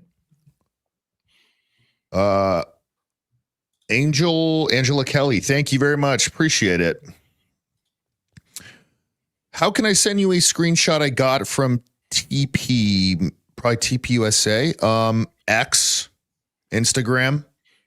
I'm hoping that's TPUSA and not some toilet paper. Do you think boys like masculine fathers nowadays and lack proper discipline? What are your thoughts on physical discipline? Yes, I do. And one of, like Dan mentioned, and I think Dan probably would agree with this, one of the big things I've been pushing, and the reason why I have an entire second channel making fun of fake alpha males and these dorks, is I want to try to be a good example to young men of what traditional masculinity can be, which is living in acts of service, protecting, providing, constantly being an advocate for women, for children, all of these things. Not look at my fucking Lambo and yeah, look at all my bitches that you're seeing in this manosphere space. That's been a big thing for my channel. And because I do think we are lacking a lot of this, right? And part of that, yeah, is through physical discipline. So I'm hoping that we can sort of take away the fake masculine bullshit culture from people like Brandon Tatum with his Lamborghinis and transfer it hopefully to men that are actually living out real traditional masculine values. So thank you. Dan got the thirsty women now saying you single. Uh-oh. Well, sorry. What? Thank you. And thank you as well, Hood Rich. Appreciate you. Maybe some of that bullet breaking air is what messed up Charlie's neck. Someone might have farted in his direction. Yeah, it's the air. It's the air. I don't know, dude. Oh, my Lord. Trigger Smart did a video on Andrew's claim that a bullet air pressure can move an ammo box. Zero explanation for the shirt movement the way it did. Look, this has been like shot and proven with a 50 cal as far as the bullet moving. Yeah. The bullet moving through the air. It's not the vortex of the round is not a thing, guys. This I know you've heard some prominent people say this in the past, but you can watch. Did I show that in Were We Together when I showed the Yeah, I don't I think we think so. showed it on the live. I showed it in a video of a dude shooting a 50 cal at a house of cards. Barely, you know, guys, Yeah. you know, you stack the cards together and he shoots it through the center card and it doesn't even knock and that's a 50 cal. That round's that big. It doesn't even knock the cards around it down. So no, this isn't really a thing either. Yep. So this doesn't explain that, is what I mean. Any recommended states to move to in the event my state goes more socialist context? I live in California and I'm sick of my gun rights being infringed. I would say Idaho, 100%. Idaho. Depending on if you like the cold.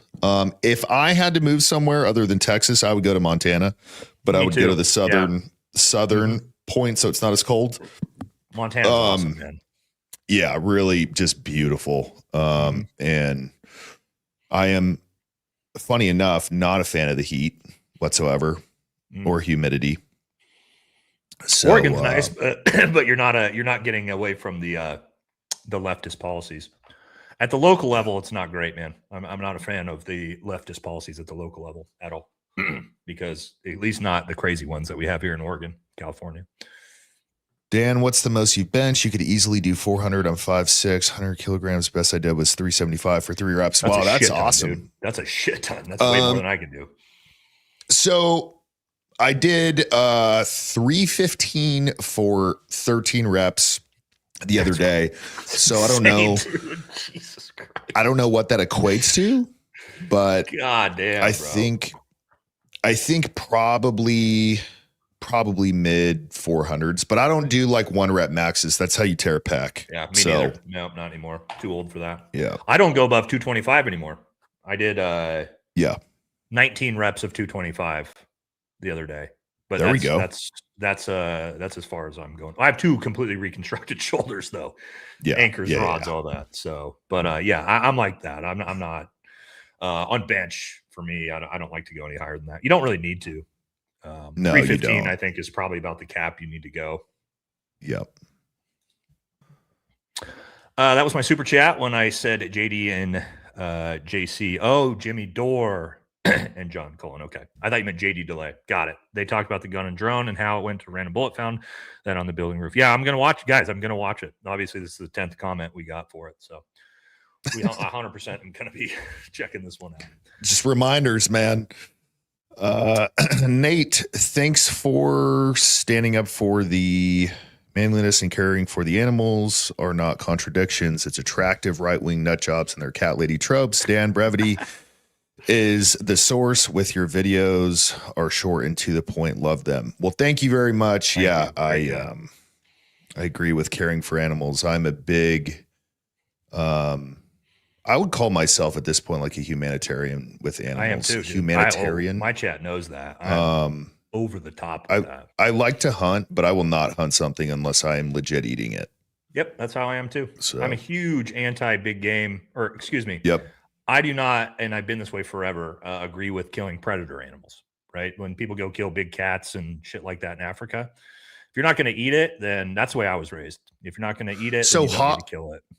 So hogs out here, they just completely destroy your land. You wouldn't hunt hogs? No, hog is also a prey to a human being, right? That's a prey animal for us. Oh, okay, I see what you're saying. Predator animals, a lion, a tiger, a cougar. Oh, yeah, sure. Those are animals that I have a huge problem with. Basically, trophy. I'm not into trophy hunting. Even like elephants. Yeah, dude. How could you kill a lion? Shit. People do it, dude. Yeah. People do it, man. And so, Jeez. yeah, trophy hunting is absolutely fucking not for me. Yeah. But if you're going to eat it, that's the way it goes, man.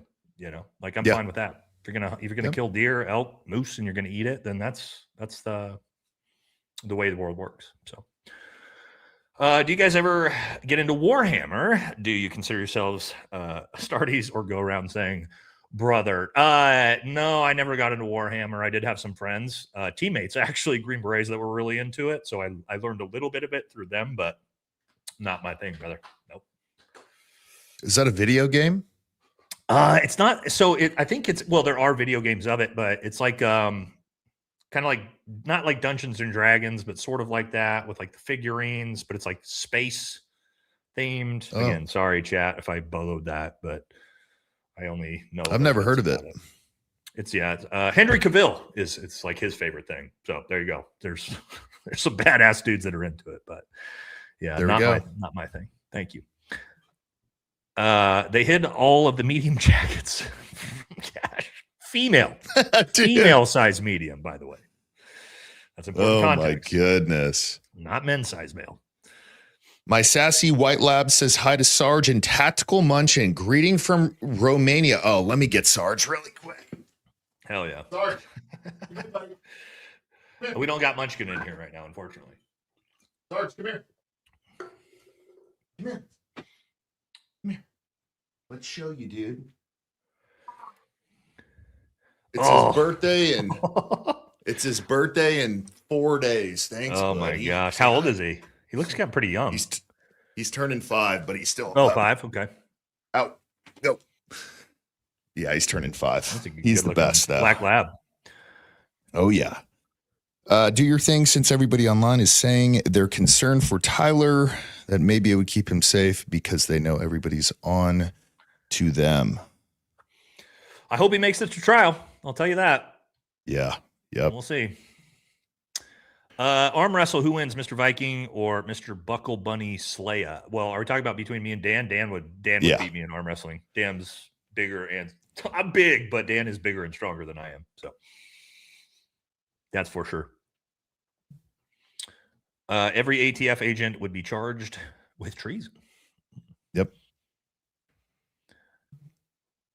Hey, Dan, how do you think Nate would do riding a bull? Well, I'm not good. getting on one. Yeah, I'm not.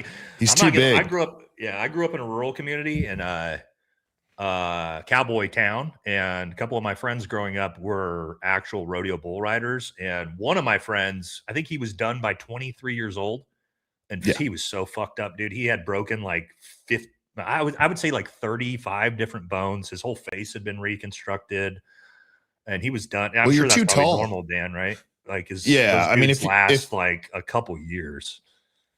If you're walking by 40 and you're a bull rider, you got lucky, but Nate's just too tall for it. You know, bull riders are usually the good ones are short guys, because their center of gravity is lower. But I'm not getting on a bull, dude. You wouldn't do good. Hey, dude. No thanks. Christy Noam would be a great ATF agent. Yeah, her and her husband. I'll reach out on Instagram. I have screenshots too. All right. I'll look for it. Thank you, brother. Just became a member. Democrat here. Appreciate everything you guys are doing. Listen to you every day. Keep being real and not fake and gay. Well, appreciate you. Appreciate you. Absolutely. Mitch McConnell's face like Lord Voldemort under Tim Pool's beanie. It's Mitch McConnell. Dude, that's the best thing ever. Oh my God. That's where he's hiding? Dude, that's the best comment ever. Dude, that's so good. That one was good. That's hilarious. How much for the two of you guys to play OL for offensive line for the New York Giants this year? I'm too old, man. Maybe Dan probably could. I'm too old now. No, dude, I'm too beat up. Yeah. Had to switch over to you to show you some love. All these yahoos talking crap about you and Candace are fake and gay. P.S. I loved your opening when you were in your camo holding the combat kitty. Top tier comedy. Yeah, they've been talking shit about me nonstop for a long time. It's fine.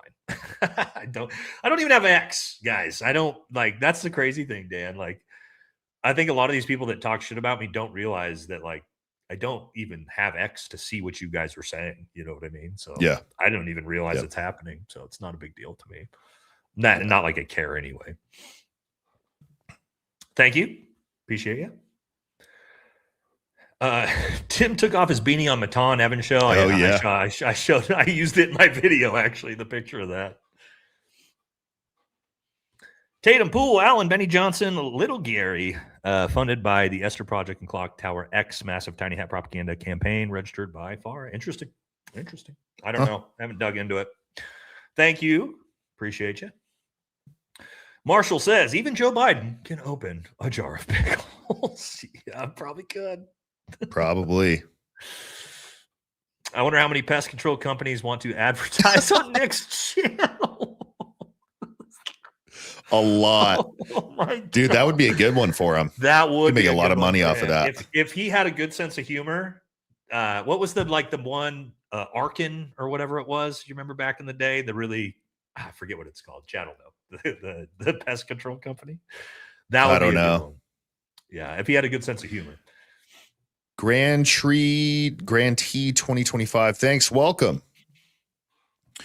I believe Pickles Wilson expertise with Nerf guns. Love Speaking your of which, show together.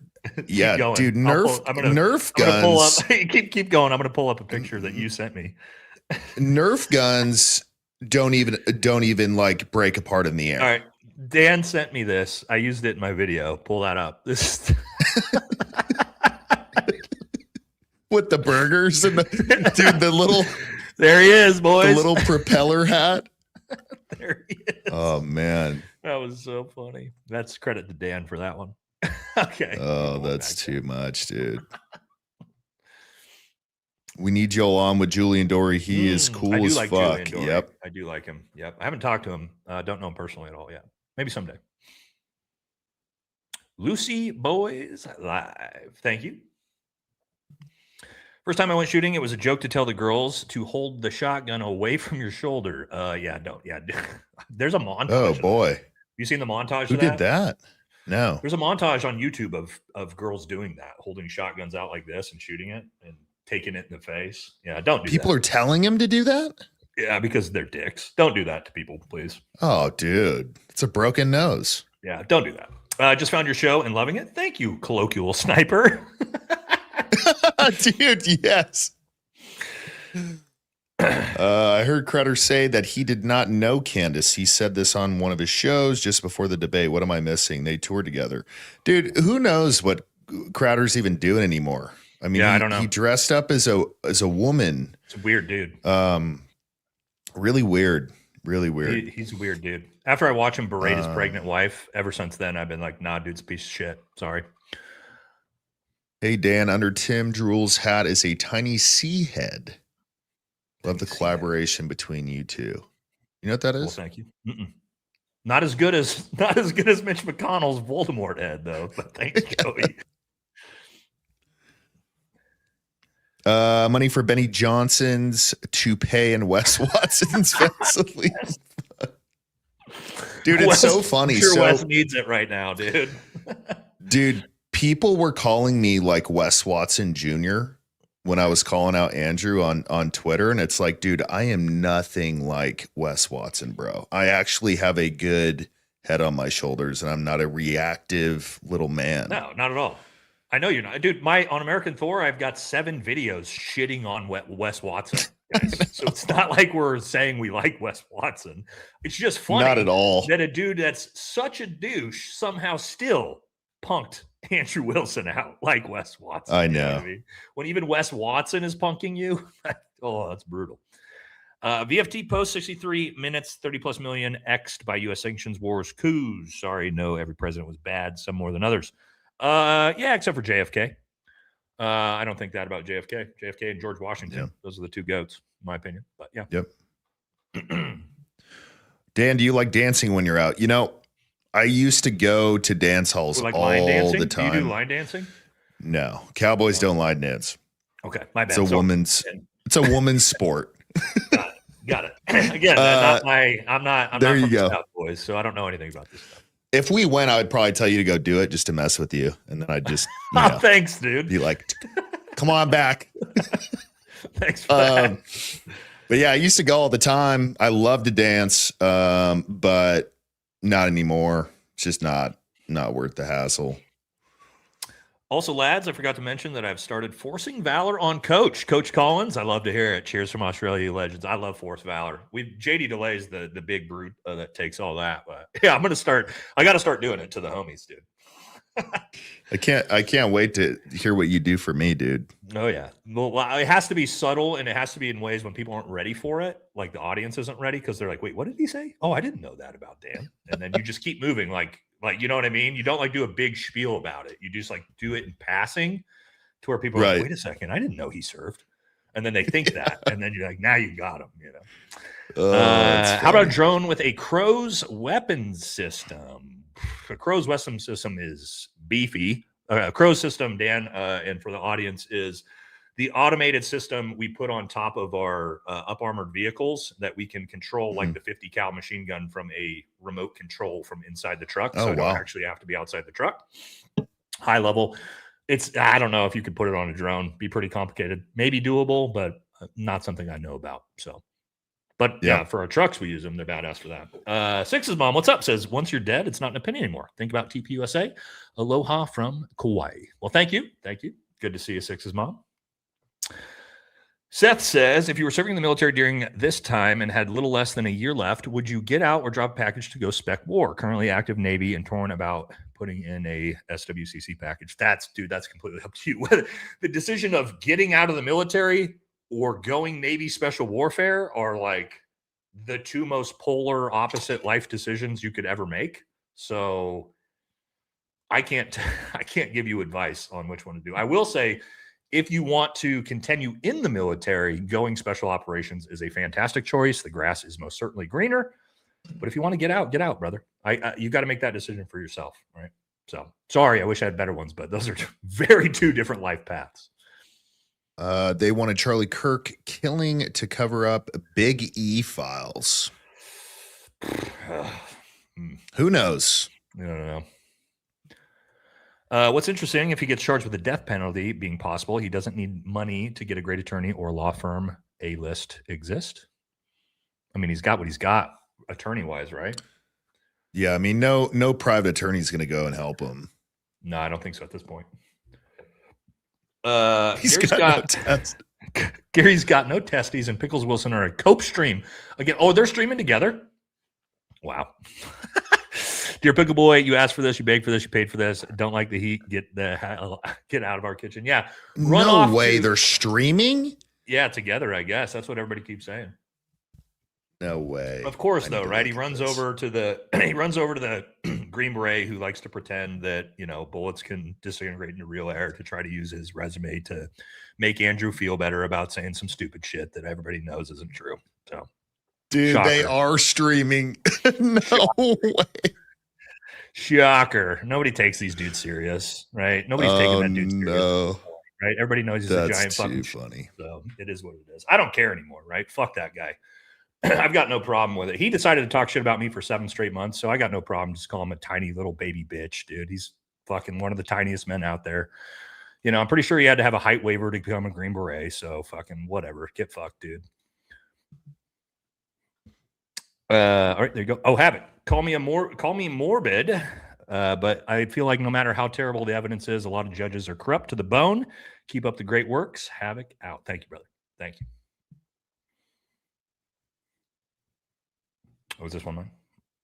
Yeah. Jim Doer's guest also pointed out there was a bunch of top brass from the Pentagon at Fort Huachuca on September 9th. Maybe M. Snow is onto something. Probably not, homie. Probably not. Love you, but I doubt it. I used to like Officer Tatum until he interviewed BB. Did he? Oh, yeah. BB? You didn't see that? Dude. I don't think so. Oh, also, dude, like, I gotta pull up a clip for you. Dude, so there's literally a clip of him saying, let me pull this up for you, dude. It was the worst. I can't find anything right now. He literally was like, yeah, we went out there and we only got spit on once, so it was really cool. What? You didn't see that? No, how did I miss this? Oh my Lord. I'll find it. Let me see. What? That's crazy. Let's see here. Boy, they sure outstupid themselves every day, don't they? Where can I buy these magic disappearing rounds? Good show, guys. Thanks for the stream. I'm looking around to see if we can test them, but I've not found them yet. We got to find them first. Oh, my God. Idaho is 60% federal land. BLM and National Forest live there. It's gorgeous and tons of places to shoot, but watch for private land nearby. Boom. You'll get shot. There you go. Very cool. Nice.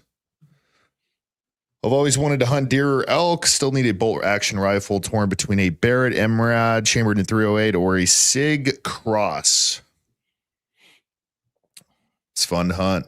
I definitely would eat them though. Mm-hmm. Bring on Eli James. He's a Vietnam vet who covers deeper stuff as well. He is the author of The Great Impersonation. Ooh, that sounds interesting. Thank you. To Nate, how do you say pickles, Wilson, in Chinese? Pickles, dude. Do you know Chinese? Yeah. What's your Zhongwen? Are you serious? Yeah. All Green Berets speak a foreign language, and Chinese Mandarin was my target language. Yeah. Oh, wow. I didn't know that. Wow. I don't speak it like very well anymore. It's been over a decade, right? So I used to speak it fluently. Now it's conversationally. But pickles, I don't remember pickles off the top of my head. Pickles in Chinese. I don't know if I ever talked about pickles in my time speaking Chinese, to be honest. I'd have to look that one up. It's been a long time since I've probably talked about pickles in Chinese. What's your regular breakfast? I eat usually 4 or 5 eggs and protein pancakes, and usually a protein shake as well. I try to have a pretty big breakfast because I don't really like lunch that much because I usually am doing combatives in mid-afternoon, and I don't like puking on myself every time. So I don't know about you, Dan, but that's usually my breakfast. No, I don't like puking on myself that much. I don't know if you have bigger breakfast than that, but yeah. No, I have egg whites and Dave's Killer Bagel. Okay. Yeah. Nate, Dan, enjoy watching you guys. I'm a former professional hockey player for 14 years. Hell yeah, dude. That's badass. Wow. Retired in 06. Listening to you guys remind me of the boys in the buses, planes, and locker rooms talking about shit. 6'4", 260. That's a big boy. motherfucker on ice, dude. I bet you were an enforcer. Dude. I would not probably want to fuck with that on ice, dudes. dude. Yeah, dude. That's big. Dude, those dudes are badass. It is hard to skate. Yeah. Hockey's it's fun to watch. For sure. Yeah. All the respect to those dudes. Absolutely. Under the Tim Pool beanie is the unredacted Epstein files. Okay, there's another good one. Dan and Nate, 2 of my faves. Thank you very much. Appreciate it. I haven't seen anyone put a shirt on a ballistic torso with Carhartt polyester blend shirt like CK was wearing and hit it in the neck to see what the shirt does ballistically. Be the first. A lot of people have asked me to do this. Me and Trigger Smart have talked about doing this. It's really hard to get ballistic dummies and torsos. Plus, you only get like one shot at it. So yeah. I'm still trying to track some of that stuff down. If we can do it, then I will. But it's kind of hard. Thank you though. I would love to see Dan, Nate, JD, Jesse all go bull slapping and run for safety. What's bull slapping? You just slap a bull and you just see which one it takes after or takes off after. Like a grown male bull? Like you run and hit it? And then you all take off running? You probably it's honestly really hard to do because if you try to get in there with it and it's pissed off already. What the fuck? Why would I want to do that? It's what? I would say I'm not doing 10 that. years, 10, 15 years ago. Right. You know, I would have been there, but you guys are crazy, dude. Now. Boggles my mind that a few years ago they had to make it illegal to shoot a hibernating bear. Ooh, where's that? That's crazy. That's crazy, dude. I don't like killing bears either. I'm not a fan of that. I get like some people will eat them, but the meat's not good anyway. So, but Don Jr. and Eric killed an endangered elephant. What? That wouldn't surprise me. Yeah, they're into that shit. That's ridiculous. Yeah, it wouldn't surprise me to see that. Does anyone have Wilson's link to his Ranger Seal Marsoc PJ Advanced Nerf Gun course? No, I don't. I know that Dan was able to find a couple old YouTube videos, but haven't seen the link to his courses. No. Nope. No courses. Marshall says the whole 50 cal vortex theory, ripping your arm off shot next to you, is total BS. Correct. I worked on the flight deck of an aircraft carrier and had F-14s and F-18s do supersonic flybys at 100 feet overhead. Never felt a thing. 100% right, brother. 100% right. Yeah, I don't know where that rumor came from that a 50 cal round 12 inches away from you could kill you, but yeah, it's not a thing. Yeah. Not a thing. How to treat an injured person, not enough is discussed on why they walked right past medics, not allowing them to tend to Charlie. Yeah, it was really weird. The fact that there was no blood I did on any of them. You actually saw that first, Dan, and then I actually did like a 35-minute video on the failures of all of this with another Special Forces medic, an actual 18 Delta. We talked about it, and yeah, it's none of it was good. None of it was good. Yeah. Yo, Dan, that opener from yesterday's video was fucking hilarious. Damn, where's Jesse? Getting smaller shades. Fuck a Ferrari Shelby. Daytona is better. Yeah, that opener. Did you see that, Nate? On my video yesterday where it was Andrew Wilson and it was like the Interstellar one. Mm-hmm. Yeah. Oh, yeah. Yeah. I watched that whole video. Dude, that was hilarious. The AI shit is out of control. Oh, dude, it's wild. Or what is it? Inner Wilson, they're calling it? Yeah, Inner Wilson. Yeah. What's your opinion on TF Voodoo? TF Voodoo. I don't know. TF Voodoo. Sorry, brother. Thank you, though. Sit down, buddy. Sit down. We almost there. I am hungry. You guys are super generous today. Yeah, me too. God. But I got to get to dinner. We're almost there, though. I'm happy I didn't get those 30-06 bullets when killing the wild pigs going for my pen. I would have spent that money foolishly. How's the mailbox, Dan? Oh, that's right. Aloha from yeah. I've gotten it. I've gotten it replaced. For those of you who don't know, I was about to get on a stream with Jesse and Nate, and somebody got into a fender bender and took my mailbox out. And that was an interesting thing to deal with. So VFT 112263. So yeah, post JFK, same page. All right, thank you. Bobby says Nate is good, but folks needing military advice need to hit up Jake Zweg. This is 100% true. Dude is impressive. Just don't expect sugarcoating. Yes, if you want real, actual military like mentorship advice, Jake Zweg, who we do the show with tomorrow night, he mentors and has produced a ton of special operators, pilots, all kinds of stuff. He is definitely the guy to go to talk about that. Bobby's 100% right with that. Thank you, Bobby. Y'all ever going to have competent lawyers like Andrea Burkhart, Robert Barnes, law to call out your bullshit law takes? No, I just have my dad come on because my dad's a lawyer and I know way more about the law than you do. So suck a dick. There you go. Keep moving. We love Jesus you having Christ, a country. Dude.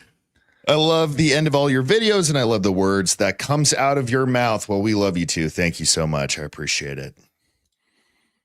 I bet if you look up his attorney, she had a private practice. You generally have to be certified to try a death penalty case. Interesting. Oh, that's interesting. How will America ever replenish its stocks of advanced weaponry if they cannot get the highly refined rare earths? China has us by the walnuts, and there's nothing we can do about it except total capitulation. Yeah, that's a really good point. Wrong. You're not wrong. That's a big, big problem we have in manufacturing right now. Yep. You are 100% right. Sugar says maybe Nick can be the new Orkin. That's it is the Orkin man. That's the company I was thinking of, and be the new spokesman. Oh. He can show before and after of his studio. Yes, remember that the Orkin man when we were kids. Yeah, pest control. He needs to get a sponsorship from the Orkin man. That would be perfect. Oh, it's funny. SD card likely had the activity of security team cleaning up the hit scene. Like 3 days of Condor. Great stream. Go eat. Thank you, Dog Nose. I appreciate you. All right, I think we got. Well, I think that's it. Oh, we got one more. So you know more than defensive attorney inbred response. I know more than you. I'm saying I know more than you. You personally, yes, I do. 100%. This guy really. This guy, dude. I think this guy's in love with you. Also, if you'd like to respond to what I just said, you could donate me more money to keep saying it. Yeah, we'll see if he does anything else. Let's see. We'll give him 10 seconds. I mean, I get it. Like, I do love when people donate to talk shit to me. It's like, thank you. Keep at it. You know what I mean? You're more than welcome to talk all the shit in the world and call me and Dan idiots as long as you donate money to do it. He didn't call me an idiot. Just like he called you an idiot. No, he called both of us. Did he? That was the first one. Yeah. That was his first man. One. But yeah, I mean, feel free, man. It's like Candace, right? It's like, yeah, this is the thing. Donate people money that you want to try to talk shit to. That's a new thing. So we appreciate it, guys. You guys are the best. Oh, here he is. Who This am I is the supposed to same know who guy. this is? Who is Andrea? Oh, this is probably one of Gary's lawyers. Gary's like little lawyers that he does content with. That would be my guess. This is probably one of Tiny Gary's guys right here. That's okay. Got it. very Track it. nice. Got who you are. Got it. Fantastic. Also, Alrighty. also, I would just talk to Baron Coleman, who's my friend, if I wanted to get some legal advice, buddy. Thank you. All right. That's it, guys. I think we did it. Thank you guys so much. Super generous. This was a fun one. Impromptu. Yeah. But we will Super be back. fun. I think, what do you think? We'll probably Sunday, maybe around like somewhere between like 3 and 5 Pacific time, which would be like 5 and somewhere between there. I think we're thinking, guys, for the regular scheduled show. And so we'll be back Sunday, everybody. And Andrew paid to talk shit to Candace. Yeah, 100%. And then 100%. last one for me tomorrow, 1 p.m. Hunter Biden interview drops, and then 5 p.m. Pacific, our regular show. I don't know if you want to throw anything out there, Dan, for what you got coming up. But, nope, that's it. I'm gonna do a show with Nate Sunday, potentially maybe on his live tomorrow, and I'll let you know, see if any of the guys aren't coming or not. But all right, that's gonna do it, guys. Alrighty. Thank you, guys. Take care, guys. Had a blast. All right.